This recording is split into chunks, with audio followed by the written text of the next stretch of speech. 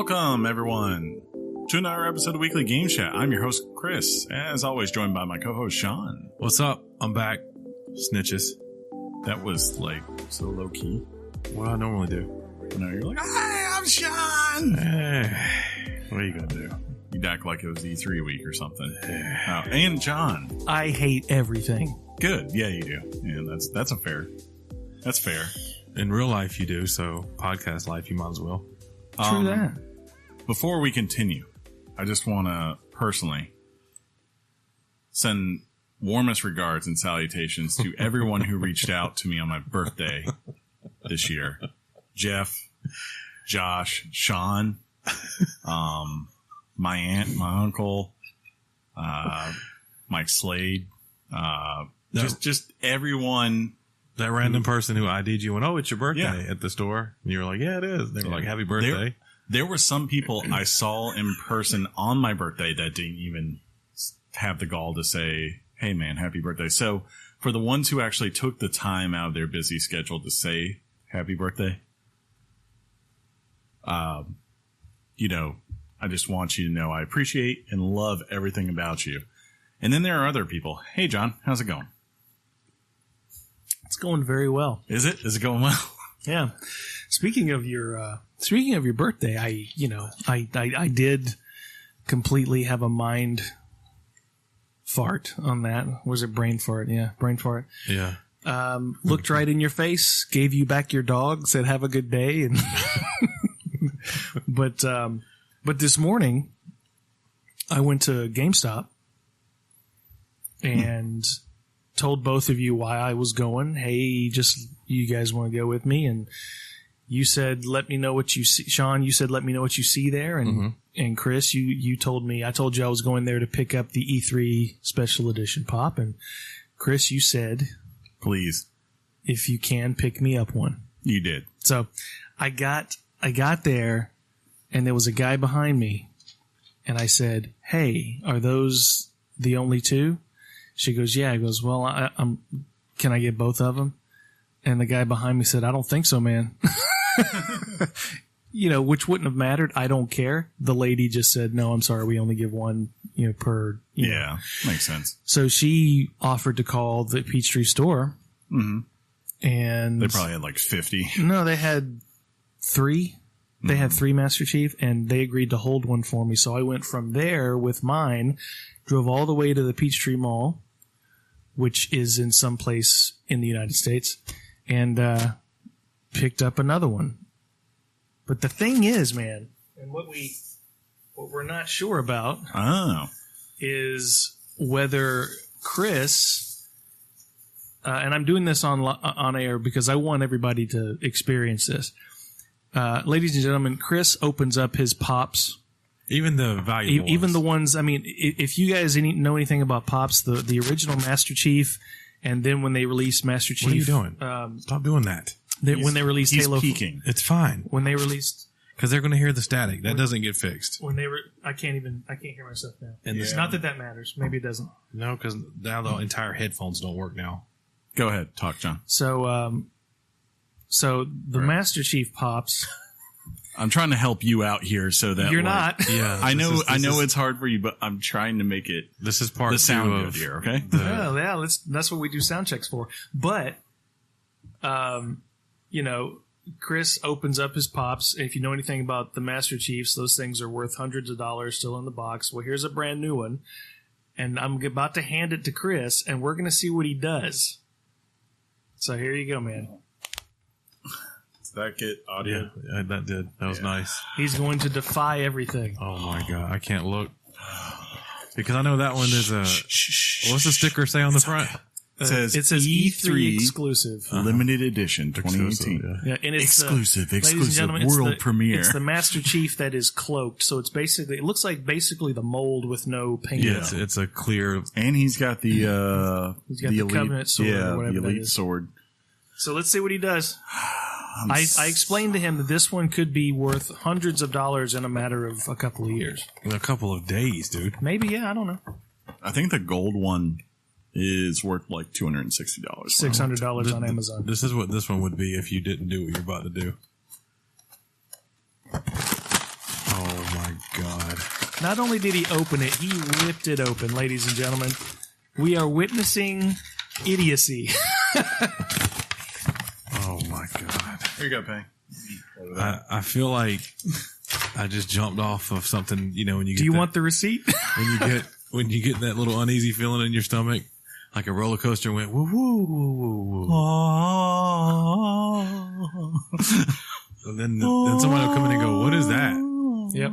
Probably. Where's the paint? Why is it clear? Yeah. Was that like some Marvel hero that hasn't showed up yet? All right, guys. Well, It had to be done. you witnessed the fall of Western society. So that's so happy birthday. What were you saying about your birthday? Thank you. Hey, didn't you buy him food? I bought He him. did. I He bought did. him lunch yesterday. He was feeling guilty, so he bought me lunch. But I appreciate you. For the I just want you to know that Packaging, move of getting me a lunch saved you from going to rank 600 on the list to about rank 400. So as far as your friend list, yeah, you don't even know 400 people. Facebook says he does. I can find a way to. I could say I'm associated with them. Look, man, That's really funny. me and her vet, we're close. See him twice a year. That's really, really funny. Shaun, did you have a good week? Yeah, You had a busy week. I did. Yeah, a good week. Actually, I got a little bit of R&R this weekend, so that was nice. Yeah. I was really set up to watch all this E3 stuff, so that was really good. You know, but I've been busy. Yeah. But I think that's going to subside now for a while. Probably so. It should. That's a good thing. Yeah, you know, the summer is like a little bit of a blessing and a curse, right? Yeah. Because you don't have as much to do, but at the same time, as such, you need to find things to entertain yourself with, right? Like, Or in my case, you just have a wife who has like, hey, your wife. let's go on vacation, or let's do this. Yeah, I'm doing And that you this go, weekend. Okay, let's do that. Are you going down to see our peeps? Yeah, I'm finally getting to go do that after it had to be canceled last time, thanks to my wife that apparently lives in Florida. Or that is called a hurricane. Yeah, that Or too. subtropical Yeah. depression, whatever Who's it your was. wife? She's the one who robbed me of $480 over. Oh yeah, that. Yeah, I Yeah. forgot about that. But it got resolved. It is resolved. She in jail? I don't know. I'm going to let CB&T handle that. I don't know if I'd press charges. Well, It's not a good look. What, then I wouldn't press charges Yeah. on somebody who stole money from me like that? Yeah. I'd let the bank do what they do. If they came to me and said, hey, True. to build our case, we want you to make a statement and I'd do it. That's a fair point. Yeah. You know what I did get to do, though, Friday night? What? I went and saw The Dead. Yeah, I saw on your Instagram. You said Yeah. you talked about the last day of your age, and then because it was the last 24. Yeah, plus 10. So how was it? It was amazing. Yeah. I have to say that is the closest. I've seen The Dead twice before, but not Dead and Company. Yeah, and that was close. And this is the first time I've actually seen it where it was just The Dead. Like, I saw them at Bonnaroo one year, and I saw them with Bob Dylan. This was just pure Dead. And one, that's like probably the closest to a festival atmosphere I've gotten at a concert. Like, there's just really good vibes and people having fun. You know, like I'm not the biggest Deadhead ever or anything like that. That's my sister. But Did she go with you? oh yeah, Cool. but Yes, he has a sister, John. yes, two of them and a brother. Apparently. Yeah. But like I didn't know every song, but it didn't matter because they were just really fun to be around. And it like, you know, it's great atmosphere is what I would say. you would be shocked to know. Yeah. I had to ask what he meant by the dead. That's me. That's Jonathan. I was gonna say, see, John, the Dead is. See the dead. You and would have been would've- right on. That would have worked. You'd have been 2 weeks late, but you would have been spot on. I finally saw Thor Ragnarok. Yeah, that's on the Netflix now. How'd Yeah. you- Day one, I was like, "Whoa!" And then a year later. So you're almost to a point. Day one on Netflix. Oh, yeah. Yeah, that's what I mean. So, like, now you're finally at the point where you actually know everything that happened before Infinity War. I still don't remember how. Can I say? You know what? I'm going to say it. I don't know why the Hulk was where he was. At the end of the second movie, he gets like shot into space. And that's It's where a stretch, but that's where he supposedly. Yeah, I remember that, and that's where he supposedly ends up. yeah. He ends up on that whatever that would look. I remember it being like a really high tech jet engine or something. The Devil's a noose. The Devil's a noose. It's it was one of the Avengers ships. And it had Jeff Goldblum. Yeah, who is Jeff Goldblum in every movie he's in. It works. It's okay, man. He just had a blue line on his chin lip area. It's cool. It works out. Yeah, it was good. He kept calling Thor the Lord. Yeah, I rewatched that here recently too when it came on good. Netflix. It was pretty good. I liked it. I was pleasantly surprised. It's it's distinct. Did you see what I posted as far as like someone kind of took Thor Ragnarok and used it they said they fixed The Last Jedi with it? No, I didn't see that. Yeah, it's like it's the part where where she's in space floating, right? Without getting too spoilery. We can say that about Last Jedi. Yeah, with Princess. When Princess Leia Superman's that. Yeah. So like it's there and like instead of it being just that, her going into the inside, so she does it, and all of a sudden you see her eyes open, and the freaking Led Zeppelin starts playing, dun, dun, dun, dun, dun, and then it cuts over to them on the ship, like and then she just goes, shoom, and it cuts to the scene of the freaking ships being burst apart at light speed. Oh, that would have been dope. That would have been dope. It's quite perfect. But then we wouldn't have had that moment, or would we have had that moment? Let me see if I can when the ships got blown in half by the quiet beautiness that it was. Yeah, John, quiet beautiness. That was an impressive moment. I'll give Last Jedi that. That was an impressive moment. Here we go. Here it is.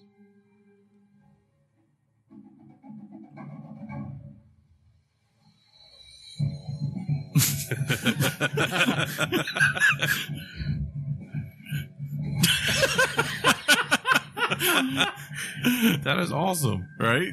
It's actually, I'm like, man, I kind of wish that happened. Can you share that to our page? Now that we've talked about it, I could do that. You should do that now. Share. Someone fix the movie. Share to that is great. A group. Or no, wait, page. Page we manage. Page. There it is. We manage that page. Though, as awesome as that is, that would have ticked Star Wars fans off even more. Perfect. Boom. Post. There it is. Post. That's pretty awesome. I just learned how to post something on Facebook. Thanks, guys. Mm-hmm. Wait, you have a Facebook? Do you? And we got allegedly. And we got a Triple Crown winner. It was a good weekend for me. Triple Crowns. See, there's this thing called horse racing. Yeah, I'm with you. And we had a. But you realize you didn't say Triple Crown. You said we got Triple Crown missing. Thanks, Seattle Slew. Yep. And my Capitals defied the odds and won a Stanley Cup for the first time in their 45-year history. Never heard him once say that he loved the Capitals. Well, I grew up on it. It's on the low end of the teams I pay attention to. There's no question on that one. It's not new. He's from the area. Allegedly. When you grow up, I'd say this. I definitely paid a lot more attention to it when I was up there than when I moved down here. No one really cares about hockey down here. It's not true. Let's go to the A little chart. bit true. We have the one team that's a snake. We have a snake. No, we don't. They're gone now. I know. As soon as I said it, people miss them. But we do we do have arena football. Yep. Like 5 seconds later. Actually, you ever been to one? Yeah, it's terrible. Oh, we had a good time. It's cool. I'm not recording the podcast. Don't worry about it, phone. Before we get into it, do you want to talk at all what Steam did this week? Because that was like the one news item that wasn't E3. One news item popped out real quick that I saw before I came over here. Popped out? That Microsoft was going to announce a new console. That's E3 talk. No. No, it was. Yeah. No. We're talking about that's part of news. We're talking about console. I just said. Yeah, we're not doing the news. We're all doing it. Yes, that's coming out of E3. We're talking about. I mean, I was prepared to talk about press conferences. Yeah, and stuff like that. Not really that stuff. Yeah, that was the big thing of today. Yeah, was that leaked? You know, they had a Nintendo Direct, right? Yeah, that was the big thing that was not in a press conference today. Thank you. Unless you liked Smash Bros. Do you remember? There was a wrestler named Tatanka. Do you remember Tatanka? I remember Tatanka. You almost just got Tatanka. You could not have a Tatanka today. Well, the according to what if I understand, if my memory serves, Steam has made the decision to pretty much let the floodgates open as far as content on their platform. Yeah, with a couple of caveats, meaning if it's illegal or if it's specific trolling, like full-on trolling. Which is I think like, that's what it was. I think that's like their way of giving themselves carte blanche to say, Maybe. if we just don't like it, we'll pull it. Hey, carte blanche technically means white card. Yeah. Yeah. And That's funny. I liked this decision for a couple of reasons. One reason I liked it is because it made the games media go absolutely bonkers. And that made me happy because, you don't want it, don't buy it. Sure. That is, to me, look, obviously, The consumers are going to speak. Freedom of expression is not required to be enforced by a company. It's required to be enforced by a government. That's true. So a platform like Steam could have made the other decision, and I would have been, you know what, that's their right to do. But this is a tech company. Yes. And this is a rare decision for a company like that. It is. Most of these types of companies are in the business of limiting content, limiting expression that they personally disagree with as a generic, I wouldn't go that far, but I definitely. Let me ask you a question. We know that from Facebook and Twitter. Well, Facebook and Twitter, like Facebook has a problem in the sense that, and Twitter too, in that there's advertising, and YouTube has this problem going on right now too. Like they're trying to figure out, that's terrible. Yeah, they're like trying to force me to buy the YouTube that doesn't have the advertising by forcing advertisements down my throat, and it makes me want to not watch YouTube. Well, the big thing that's going on right now is like everyone is finding all their controversial videos now pretty much get demonetized. Oh yeah, almost immediately. Yeah, and there's nothing they can do about it because I understand like YouTube literally has like 300,000 videos that get uploaded in like a day or something like that. And therefore you can only have an algorithm that polices things. There's just no way to review every piece of content, right? Yep. So it's like, you have this, and then you have this other thing where you're promising to advertisers that you're not going to automatically put their stuff with things that could give them a bad image, right?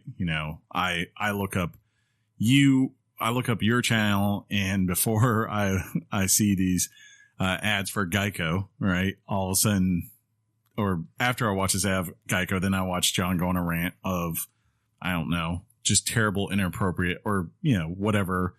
Maybe very hateful things. So now I'm thinking about Geico as I also get angry at what you're saying, right? So I understand where they're coming from. Steam's in a different predicament because Steam doesn't have to deal with that. Steam only has to deal with maybe the community being upset.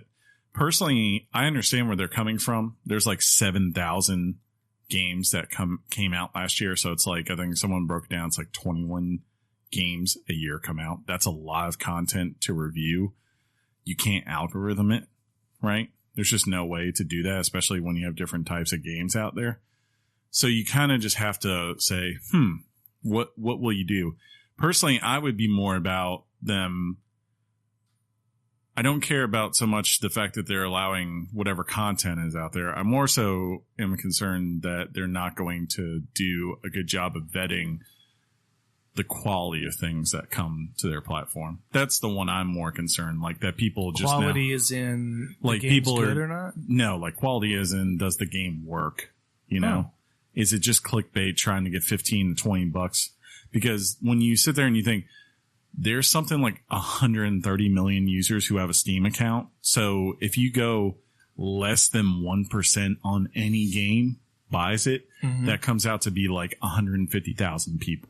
That's a lot of money. I mean, there's going to be people who fall through the cracks as far as I bought a crappy game, but hopefully those people who bought that crappy game will help police Steam and say, hey, here's the user reviews. You can see they're clearly not good.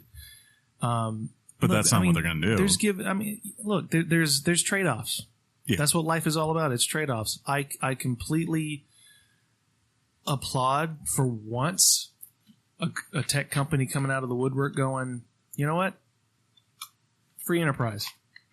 It is what it is. I mean, I think this came about with, I think there was a video game that was put on Steam that was a reenactment of a school shooting. Well, before that, there was also 6 games that had highly sexual content that were being criticized in the fact that maybe that needed to be reviewed, you know? Which I don't understand. It's like... Yeah. What...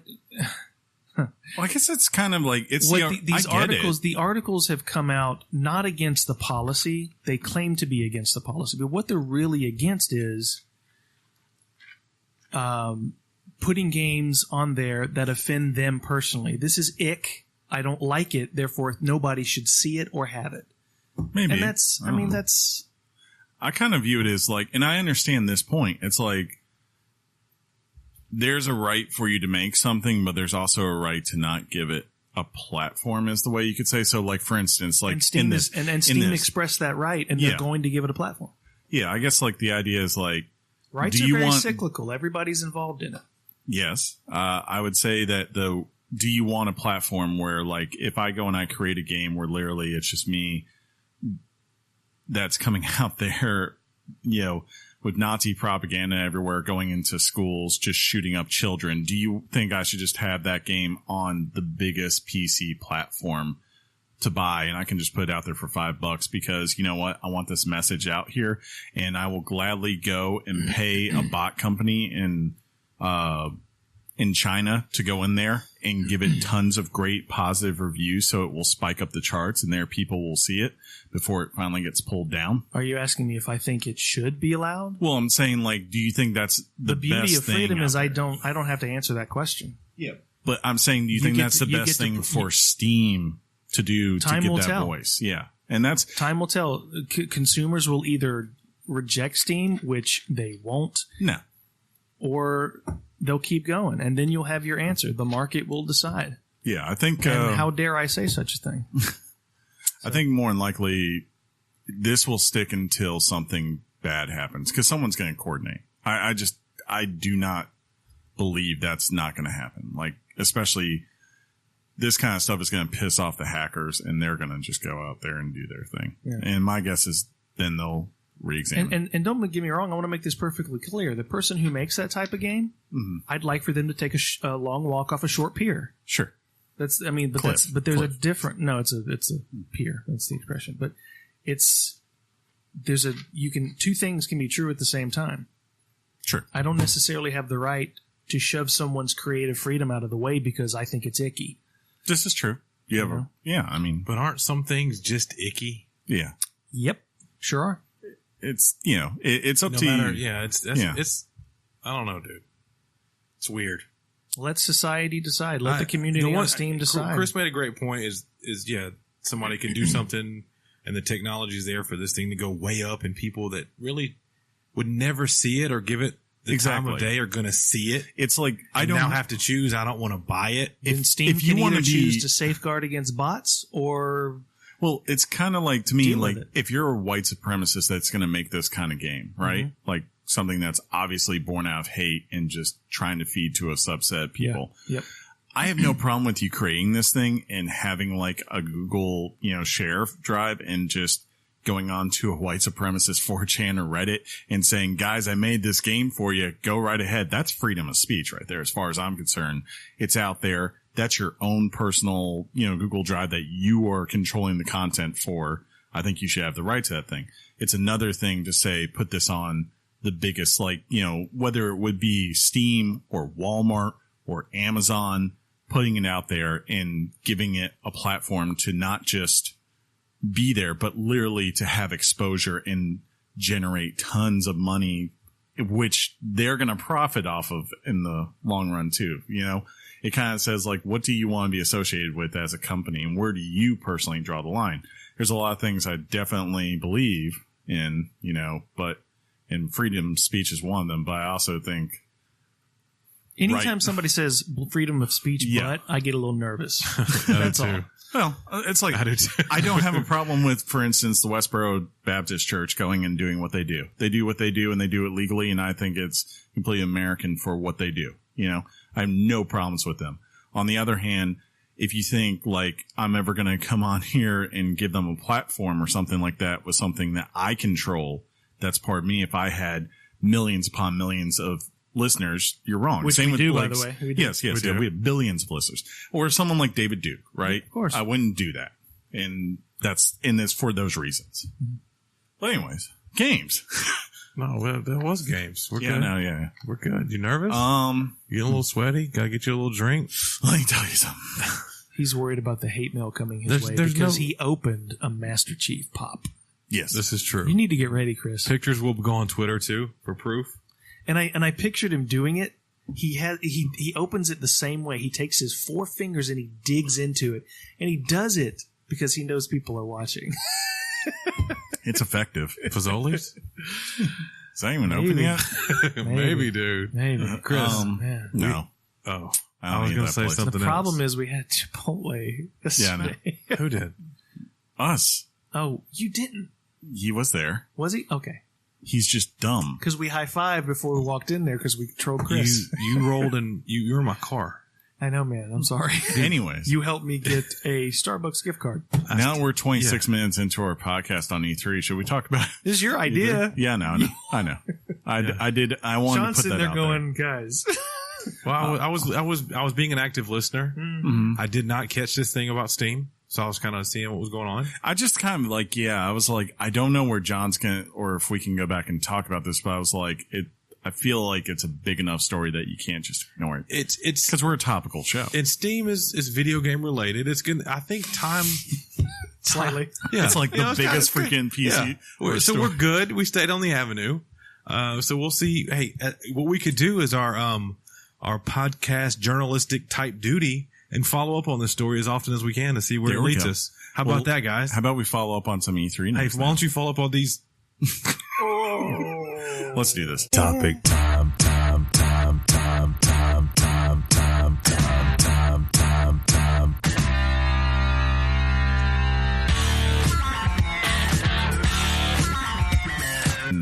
News! That's not, no. It's been a while. We don't have that.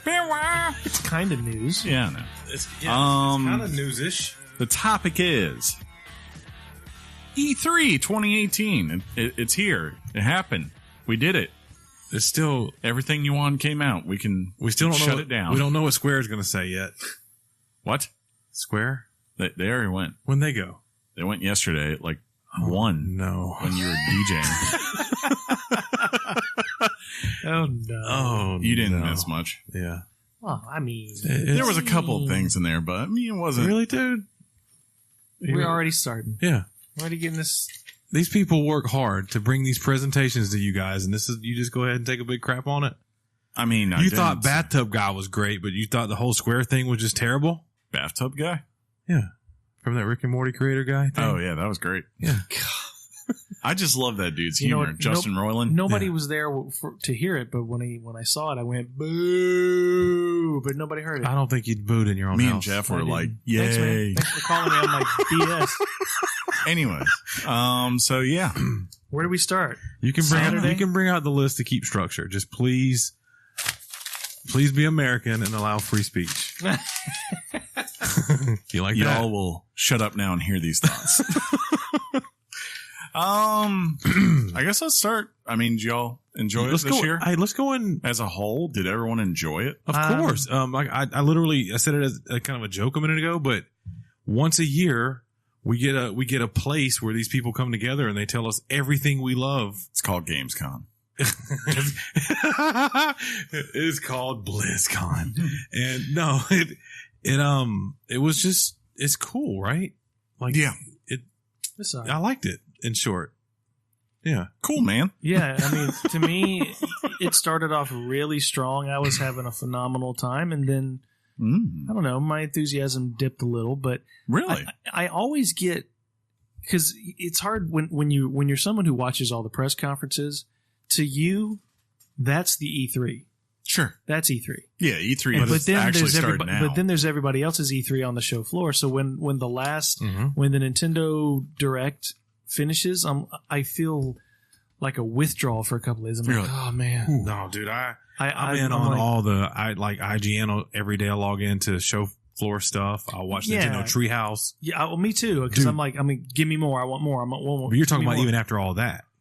I mean, or no? The big wave of information is over, and you just feel like, God, it's kind of like, I wish you kind of. It's like that depression, not depression, but that lull moment where you're like, gosh, I'd love to have. You get 4 days of big announcements, and then afterwards, it's like 3 days if you're wanting to context on those announcements. You actually get clarification. Yeah. So. I don't know how we do this. You want to go in order, kind of how they were presented to us and kind of riff on it and go from there? So let's see. That means first up was EA, which is technically not even part of E3. It's EA's Play thing, their free event they do every year for everyone. They went Saturday on my birthday. You didn't say it right. My birthday. You said that right, but you didn't say Saturday right. Saturday. Saturday. I'm going to be honest. On my list here, I did 2 things. I ranked them. Did you? And I gave them Richards. Oh. And the smallest Richard of all was EA for me. You didn't tell us that we should do that. Did you do that? I just thought of it. If you say yes right now, John, I'm going to kick you under the table. I did not write that out, but I've thought about where I would rank them, but I didn't. I know it should be a natural thing because we rank everything on this show. Well, I started out, I ranked them, and then afterwards I was like, I don't like this. I have to give it context. I didn't score them. I wanted to score them because I was like, I don't want someone to think because they're number 5 on my list that they were terrible. Like, because you care about their feelings. Well, I do. Yeah. Every company, every one of them had Dear different, Mr. Miyamoto, they had different intentions on what they were trying to do. Exactly. The developers are in a way different market than the big 3, if you will. Yeah. So those are naturally, I think, going to be a little less, oh my God, type things, but then you have a Bethesda that comes in, and you have Todd Howard, who, and I'm jumping the gun just a little bit. You have somebody like him who will come in and be like the star of the show, and also the part of the show you're like, can you shut up now, type thing. Sure. So we'll get to that in a minute, but yeah, I think that's why it started off to us a little weak because we had lunch the day after EA, right? Or by the way, EA gets 5 Richards from me. 5. They only got 5. Yeah, because me, I was getting a 6. So I was like, it wasn't. The stuff you would hear is that it was bad. It was terrible. It was not Konami 2010 or Ubisoft 2013 bad. It was not that level bad, but it wasn't anything that I will be like talking about for years to come. Like, by the time I got done with Monday, everything that happened at EA's press conference was far gone from my mind. One of the diamonds that we all kind of agreed was the game about the soul thing. What was it called? Sea of Solitude. We kind of had a disagreement on the intro to it. Sure. But as you say, you're not going to look back on this and see like this was the greatest EA press conference ever and things of that nature. I wonder if when that game comes out, let's say it's a gem, let's say it's amazing, will we remember the first time we saw it, or will we only care at the point that we get it? That it is a diamond, it's a perfect 10, it's a great game. And I think I agree with you to where you won't look back on this press conference and go, I remember the first. We do that a lot. We say, remember that E3 when we saw that thing? Yeah. I don't know this that we'll do that. This is not one of those conferences. No one's going to look back and go, what was Aisha Tyler thinking? Who's that? Yeah. Yeah, I'll give them She might be a bad example. It was, as far as the flow of EA's thing, it was a lot better than last year because the fact that they actually went with a consolidated host and Andrea Renee, that was a good call on their part. Can I vocally on microphone say that I really like Andrea Renee? She's a great host. I'd love to see more of her. Go watch on, she's on Kind of Funny and a bunch of other things. She's got a podcast. I know. I've already found all that out. I liked, let's see, my notes for it were I liked the Q&A with Casey Hudson just because, one, I like Casey Hudson. Two, that was I don't think there's any other reason, Chris. I think because you like Casey Hudson. I think it was like that was important because you have BioWare fans, especially like myself. You know, we're used to playing the game by ourselves out there, having all these branching story things, and you go, well, this doesn't look like this is going to be like this. This is going to be, you know, Destiny or something. And you're absolutely right. Yeah. And they held your hand to say like, okay, this is where you have the differences. Yes, you're going to go out there and I'm going to be with John and we're going to be in our own javelins and trying to come in you. You're playing on PlayStation. Me and John, we're playing on Xbox One X. You don't even have an Xbox anymore, John. I say things that aren't true. Fact He check just me. lies. But it's like we're out there, we're going through the missions, and then I come back and get the context for the things that happen on those missions on my own. So John can have his own story and I can have my own. That was, I want to see what it looks like, but the fact that they had that Q&A to sell that idea, I thought was very important. Yeah, I'm not buying into the fact that people are saying that Anthem, is it the game that people wanted? Is BioWare gonna, come through on? I'm like, you know what, dude? Anthem looks even better than it did when we saw it the first time. Yeah. Shut up. And I know all we can do right now is kind of talk about it until we get our hands on it for real. But how do you think it's going to be like bad? Are you trying to shoot this game down before it even gets started? The one thing I like Why do people do that? The one thing I really liked was they basically said, like, look, you're not going to have to create 4 characters. Right. It's like, no. You can just, you got a guy. You can level up any of the javelins. You can do all the suits. So I like that. Yeah, you can. But to me, I mean, all this backlash. Yeah. Maybe backlash is the wrong way to characterize it. It's criticism. I honestly think that the concept of Battle Royale has taken the wind out of people's sails for their enthusiasm for these types of online games. I really think that's where it's going. Do you think it's because people are tired of Battle Royale? Well, it's just that right now. Exhaustion? I think what you're saying. I'm talking about the hype for Battle Royale. Everybody's wanting Battle Royale. Yeah. When you see a game like Anthem or even Destiny, you're going, it's not Battle Royale. See, I would disagree with you because Division, to me, had a really good week, and that's a lot closer to Destiny than it is Battle Royale. Fair enough. So, that'll be on our Ubisoft. Right, yeah. Teaser. But look, Battle Royale definitely is the moment thing right now in shooters. There's just no question about that. Yeah. The question is when Anthem shows up, and of course when Destiny 2's big fall update rolls out, will it have it? Yeah. Will it still attract the same attention? We'll find out. Time will tell. The only thing I worry about Battlefield looked good. Yeah, Battlefield did look I like good. the tank. I like the tank. The other stuff with Battlefield, I didn't like the story stuff. Like even when they went into Microsoft the next day, I didn't think that trailer did a good job.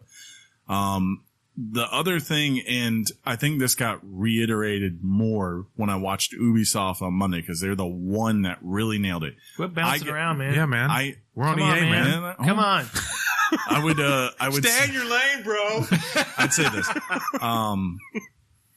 If you're I'm cool, and I understand why you put developers. Yeah. Thank you. Yeah. Happy birthday. I understand why you put developers on stage to talk about games, but to their credit, Ubisoft did the one thing that I wish EA had done, and to an extent also Bethesda at times. You could tell they obviously worked with these freaking guys to make sure they had good presence and were rehearsed and had delivery so that the show kept moving, because there were 2 back-to-back ones on here. Actually, no, there was about 4 things in a row because it went to FIFA, then to Madden, and then to Unravel 2, and then the Sea of Solitude, where I felt like it was dragging along because things were just not popping, and honestly, it was taking too long to set up stuff. So, like, next year, Ubisoft would just come out there and you'd see bing, and there would be a trailer starting, and then right afterwards, here comes a guy walking out, and he's hyped up, and he's telling you why this thing is awesome, and then you realize the only thing he's talking about is a video documentary, but it works because he comes in, he says this thing, and he gets off stage. You got hype on that video documentary? I didn't, but I was like, I was fine by it, versus like when I watched this, and it was just like, we are so happy that we have our game out, and we love our team, and like they're going off script and they're thanking everyone and they're acting like it's an award show or something. I'm like, look, I understand it's a big moment for you, but this is a big PR moment for your company. So like, that's what they need to control is their image. We joke that you're heartless. Yeah, we do. But I at every time that they talked, I think I feel for that person because I feel like they're opening up their heart and please don't hurt it. Here it is and take it. Stab. Yeah. And Chris shanks it and I'm sitting there trying to caress it. So these are game developers. They're literally pouring they're not orators. Yeah. Exactly. But I see what Chris's point is like, all right, look, kind of run a walkthrough. A walkthrough. And if they're not hitting it, be like, you know what? Let's just show your game. You don't think these guys did a walkthrough? They did a walkthrough. No, I think they did a walkthrough. Whereas, like, when I look at the night before, when I'm looking at Ubisoft, to me, it's very clear that they this year, and this is, they came in and they were very much precise. Everyone, it felt like, was on point. Maybe the only time I saw a moment it felt like was veering off was the emotional side of Beyond Good and Evil 2's reveal for the day. But that was about it. Dude, you're back on Ubisoft again. Yeah, I know. I'm trying not to go there. But the three things I'm really looking forward to from the EA thing, when it's all said and done, is Anthem, of course. Sure. I really can't wait to play that game. Not the European Cup. Unravel 2. Which is out. Which is out. Which we're going to talk about next week. Yeah. Before John's, I'm just kidding. And then the boat game. About Sea of Solitude. This game you're hype on. I'm not going to make a prophecy like this is the game of the year for me because it'll be wrapped up in a box sitting in front of my system next year. Probably so. But those are the three that I really... I'm going to send you a free code for it next year and then won't download it. And EA started it. For me, I started kind of noticing it. The guys for Battle Front came out and said, look, we messed up. We're sorry. We're fixing it. Yeah. And then to me, it started a trend of loot boxes. We're sorry, guys. We're going to really give you content that you don't, there's going to be no, other than like skins and just for your personalization. Yeah. No advantage. Okay. We're sorry. We understand loot boxes make people hate us. And I feel like EA kind of started that when that guy was on stage and he was like, go ahead. No, I was going to go ahead. And that was a key moment and I think a subtle difference to what we think EA needed to do with their presentation. Yeah. EA needed to come to the fans, come to the press with their head in their hands. Sure. And there were moments that they had to get past, which I think contributed, but it was necessary, contributed to some of the lull. Well, for example, the guy from Respawn who was in the audience and they were doing that. Oh, that was the low. Terrible. That was the low. To me, it wasn't a low. It just was. It was terrible. They needed to communicate to their fans, their investors in the press, that Disney has not turned their back on us. No. The execution was terrible. It's like, yes, we have nothing to show, but this is to prove. Exactly. I guess I was kind of, as I watched and I listened to him say these things, I was like, your game is literally supposedly coming next fall. And you don't have a freaking logo you can at least put up, just something, and have him walk out there on a stage and say these things, or, between us three, I mean, like, it's going to be delayed. Between us three, we had this talk at that same lunch, and me and John were like, in theory, it's the same thing as what Bethesda did with the Elder Scrolls logo, right? See, I disagree there because and they teased it, right? And we said it's in theory the same, kind of. But I mean, like, your thing was no. At least we had a logo. You saw some art. Well, with no, the Bethesda the thing. big thing, like with that, Bethesda told you when they showed that trailer, they gave you a hint what part of Tamriel this game is taking. What part it was? Yes, I mean, or like it's one of two. Did you regions. Google it? It's basically it's either going to be because basically everyone seems to be thinking it's either going to be High Rock or Hammerfell, and those make sense because they're kind of like. They're very Highland areas, like Scottish. Oh. Hence, like the mist of the beginning. stuff? And you can see a city in the background on the coast, and we know there are a couple of coastal cities that match that description. So it's like you're seeing, Todd Howard isn't just put that out there. He obviously had an idea of what he wanted to tease up. All right, is it girthy? Oh, it's because that's big. just, ladies and gentlemen, you wait. For the Richard that Chris holds of Todd Howard. Wait, is that bad? Sean, you're okay? But yeah, either way. I mean, it was a press conference. Redheaded. I'd say this. I think next year, if I was EA, and I don't think this is going to happen because EA holds that EA Play thing, so they can't really do it. But if I were them, I would just go the route of Square and Nintendo. And just instead of having a big stage presentation conference, I would just put a video out and do a couple of quick scripted hits within it, as far as telling them that we're fine. If you don't have a ton of things, don't try to act like you do. And they didn't have a lot here this year. They really did not. And it was like, you could have done exactly kind of what Nintendo did today. And think about it. He's making sense. I mean, you're going to have your Madden and your FIFA every year. Exactly. You could put those trailers in there. Yeah. And that's it. And then, like, you know, what you're doing for them. You could have updates. You could have had an opening with Battlefield, right? Yeah. Then you could have shown the 2 Madden and FIFA trailers. Then you could have done a well out, like scripted out thing for Unravel 2 and for Sea of Solitude. And then had Vincent Pell to do something and put a logo out, and then kind of end it the way Nintendo did, where you have like 20 minutes of talking about Anthem.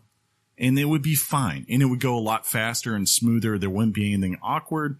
And you could probably still have EA Play and say like, okay, here's our thing. Now EA Play is here in Los Angeles for the next couple of days. Please come by if you're in the area. It's free. Try out these games. That would have flowed a lot better if I'm being quite truthful.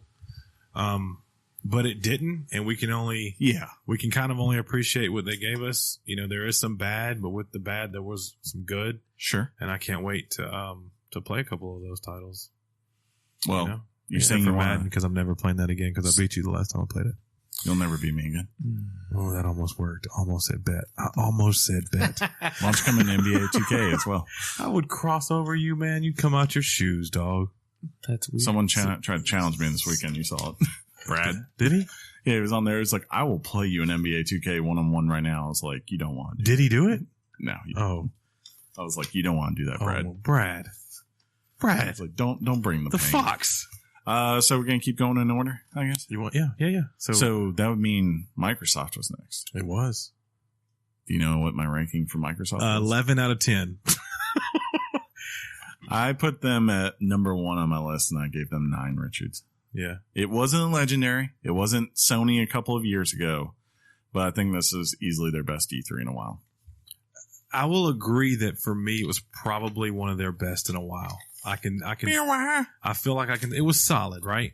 Yeah. When I think of Microsoft's press conference, I think of almost what we come to expect from the E3 press conferences, right? Sure. A big presence. You know, they're touting the things that they have, and they hammer home a lot of the stuff they did. And in fact, I think they did something like 50 games. Yeah. Now, you probably are going to not agree with me, but about 40 of those I don't care about.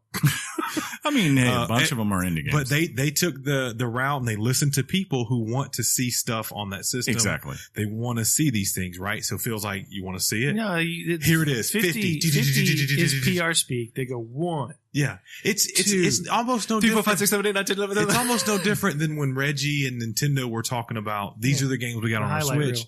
Sure. That's exactly what it is. Yeah, I would say at least half of those games were in the idea Xbox like little thing there. That was like a minute. It starts off with freaking Master Chief and Halo. Yes. Prediction, that game ain't coming out until the new console. Because you notice they did not say a date. Yeah. And I almost felt like they were teasing up like an open world on a Halo, an actual Halo game for a Halo, which would be freaking amazing. I mean, like, because why else are you showing us all this other stuff? You know, like, I think that's a cool idea. And could think about another game that we're going to talk about later that's going to give us a multiplayer online experience like that. Gears of War? No, 76. Oh yeah. Fallout. If Halo becomes a something like that, I don't know if it'll be like that. I think it will just be like. No, I'm saying like if it's an online. Not a multiplayer shooter thingy, but I don't know how to explain what I'm saying. I can't articulate well, John. But if it does turn into something that's not just a standard issue Halo, I'm going to be in trouble. Look, I don't care. I don't care what they do, as long as I get to play whatever said Halo is as Master Chief. I get the impression it's come along with Master Chief. Yeah. And you can just forget it. You can just forget it. Penny farted. Yeah, it's great. It's pretty bad. Oh, I can taste it. Yeah. Man. Oh no. But no, if I'm coming along on an adventure with Master Chief, screw this, man. I ain't doing it. But there was I don't believe you. You should. No, he will. But I thought that was the start of the hidden theme that kind of became apparent to me by the end of this. I was like, okay, they're pretty much signaling to everyone we're done with Xbox One. You think? Like, I didn't get that. I didn't get that either, but I want to hear why you think that. Like I said, you didn't come out there and say, Halo, which has been 3 years now without a new Halo. That's the norm. Yeah, I mean, like usually it would be coming out this fall. You teased it up and you didn't even say it's coming next year. So to me, that tells me the earliest it's coming is 2020. And then we get this rumor today, of course, that's coming out there now saying that's the target there. You go on stage and you announce that you are working on the next consoles, plural consoles. And you came out there and you basically said, we acquired 5 studios, or we created 1 studio and acquired 4 studios into our family, including, I thought the big win of that, of course, was Ninja Theory. The folks who did what was it called? Hellblade, right? Hellblade. Senua something, right? Yeah. So like you're basically saying, guys, we now have all these studios. We've got a Halo that's getting ready to come out for that console. We know Playground. I mean, there's already been tons of rumors that Playground is expanding to basically have a second studio that's supposed to be working on a Fable game. I'm guessing that's coming to that console. And you're basically saying we are gearing up for the next generation. No pun intended. You know, it's like Gears of War 5 is going to be the last big thing that we probably, that it feels too. I know. Yeah. You're as far as years go, that'd be is 7 not accurate, years, right? But it just doesn't feel like it's time for something new again because of the way it started with Xbox One, yeah, then because One it's S, so then bad.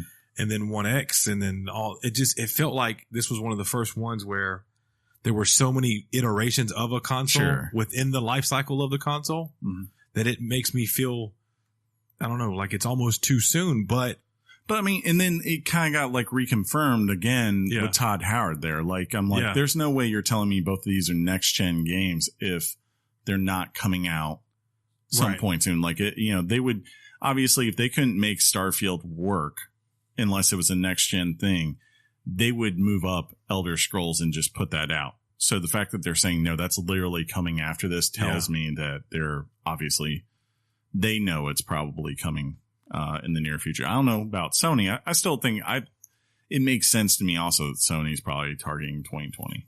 Well, you hit on this too about the acquisition of the 4 plus the 1, so the 5 new studios. At that moment, in a way, I got a little sick. Yeah. Not necessarily in a good way, but it was like, that's big. That's actually huge. Huge. And it reaffirms that when Microsoft wants to open its wallet, who can touch them? Sure. Because basically they went, you know what? We ain't beating you no other way. We need to get some of these same independent studios in, and we need to control what they're making. We're going to buy them, and we're going to make it happen, and we're going to get the best ones you can get. Yeah. So, in a way, it was almost like the Golden State Warriors. They're definitely going for that form. And with Ninja Theory, I was so happy for that because I don't know if y'all realize, like, Ninja Theory used to be a AAA studio, kind of, or on the cusp of being one. What do you think the big titles that people would recognize are? Devil May Cry remake. Yeah, they did. Yeah. But I wouldn't. They were on the precipice of being it. And then, like, the company, they had something that faltered, and basically they had to lay off a ton of staff. And then they spent the next 7 years taking work wherever they could get. Like, they did work on Disney Infinity and stuff like that. Just to, such a great game. Basically, it was they grinded out for years these little small jobs that weren't theirs. Yeah. So that they can get $10 million together to go make Hellblade. Let's get $10 million together. I totally understand why they're joining the family. They're like, we would like to be in a position where we do not have to worry about the money as much. Yeah, I mean, it's ironic that Microsoft acquired them when a year ago. Yeah. PlayStation brought them onto their platform. Yeah. I'd love to read the story behind that. It's going to be, that's a great read when it all comes out, For sure. So aside, I mean, I'm with Chris, a little bit on the Xbox. It sort of sits there simultaneously with another show. But it was all about the games for me. I got to see games. Devil May Cry. That's a weird one because I'd love. That's another story. I know it was big, but that's another story I'd like to see where they abandoned a remaster or a full on remake and went back to the old. I'd love to hear how that came about, the fan reactions to it, the kind of social media wars or whatever you want to call it. I'd love to know how that happened. But most importantly, they gave me hopes of Halo. They gave me hopes of Gears of War. 3 times. And then Dying Light 2. Yeah. Ori 2. Good point. I mean, like, that's the thing. What's wrong with me? Ori is like, I don't hear many people talking about that, and that game looked amazing. Yeah, I guess I knew they would show that one. Yeah. I knew it was coming. I did not expect to see Dying Light 2. We didn't either. Me and Chris we both said John's going to be happy. Yeah. You should the reaction during Solo times 10. Oh. But I was actually while picking up the pop from Peachtree today, they were talking about E3, and I said, guys, I got to be honest, I was really hyped about Dying Light 2, and they all looked at me and pointed and said, we were just talking about that before you came in. That's cool. This is a game that has a very enthusiastic fan base. I mean, I'm not surprised it got a sequel because it did well. I remember it launched well. Yeah. And I got to hand it to them for supporting the first one for so long. But yeah, as far as other things, I mean, like, there was big surprises. Devil May Cry, just the fact that it was announced on Microsoft stage. There were rumors from major people in the games industry as I was listening this past week. They were predicting Devil May Cry was coming. Everyone knew that game was coming because it kind of leaked. But everyone expected it to be on Sony stage, and some were thinking it was going to be similar to how it was with Street Fighter, where it was going to be exclusive for their console. So the fact that Capcom is putting this out not only on Xbox, but deciding to premiere it on their stage, that's awesome for them. That's a good win. And the other one that was a big win was From Software, the new kind of ninja game that they're making here. I mean, that to me, it looked like to me. It looked like, hey, this is the response to some game being released by Sony. Or I would say Neo would be the one I would think it's closer to. Don't get me started on that one. But either way. Yeah. Both of those games for me, we're going to talk about it in just a couple of moments, but the one that we see later blows those two out the water as far as my excitement level. Personally, I'll say this, the From Software one was the one of all three of them that I'm most excited, just because I know how their controls are. And I've already played Neo, of course, before, so I understand how that works. Dude. This to me was like the one that I was like, this is cool and different. And I've slowly grown to love From Software and what they do. I think, Sucker Punch's game will be a little bit more mainstream, and that's cool. That'll be fun too. Yeah. But the one I'm anticipating the most, I want to play all three of them, but Well, now we have an answer to who's the only group that can interrupt Phil Spencer mid-sentence. And that would be good old CD Projekt Red. Yeah. That was very dope how they did that. That's the other reason why they were my top one of the big three out there. They were the only one that kind of had that final trailer surprise thing. Yeah, one more thing, and it actually was the cool delivery. Like that was an awesome way. In Sony's defense, though, they came out and they said, "Yeah, these are our four." I think Sean Layden called them pillars. Sure. These are what we're going to talk about and focus on, and we're going to give you some like Hansel and Gretel niblets leading up to that. So their approaches were on purpose different. Yes. Okay. They were vastly different, and we can analyze that in a little bit. But yeah, the way that Cyberpunk comes on, you and me look at each other because we're on Skype and we're like, as soon as I started to see what it was, I was like, this has got to be Cyberpunk. It's got to be Cyberpunk. And it was. I was so happy. I know Chris Hatch is somewhere. I know he's been anticipating that game like crazy. So, I can't wait. I'm sure it's not coming out before probably, I would think the earliest is probably 2020. That's me personally. So you're thinking it's on the new console too? I would not be surprised if it definitely is. And that's not that far away. No. It's mid 2018 now. Exactly. We'll be in the holidays before we know it. It'll be 2019 before we know it if we're lucky, and then you'll be 40, Sean. I will. Damn it. I'll be. Can we still play games at 40? I don't know, man. Dang right. Rigor mortis sets in. For the record, dude, I'll be 26. Answer this question honestly. Well, you don't. I think you play more on like a couch, right? Yeah, no, I play in a recliner chair. Well, even if I play right here. When you stand up after hours of gaming, does your lower limbs go to sleep and like? It will if I'm lying on there. And you're like, I gotta move.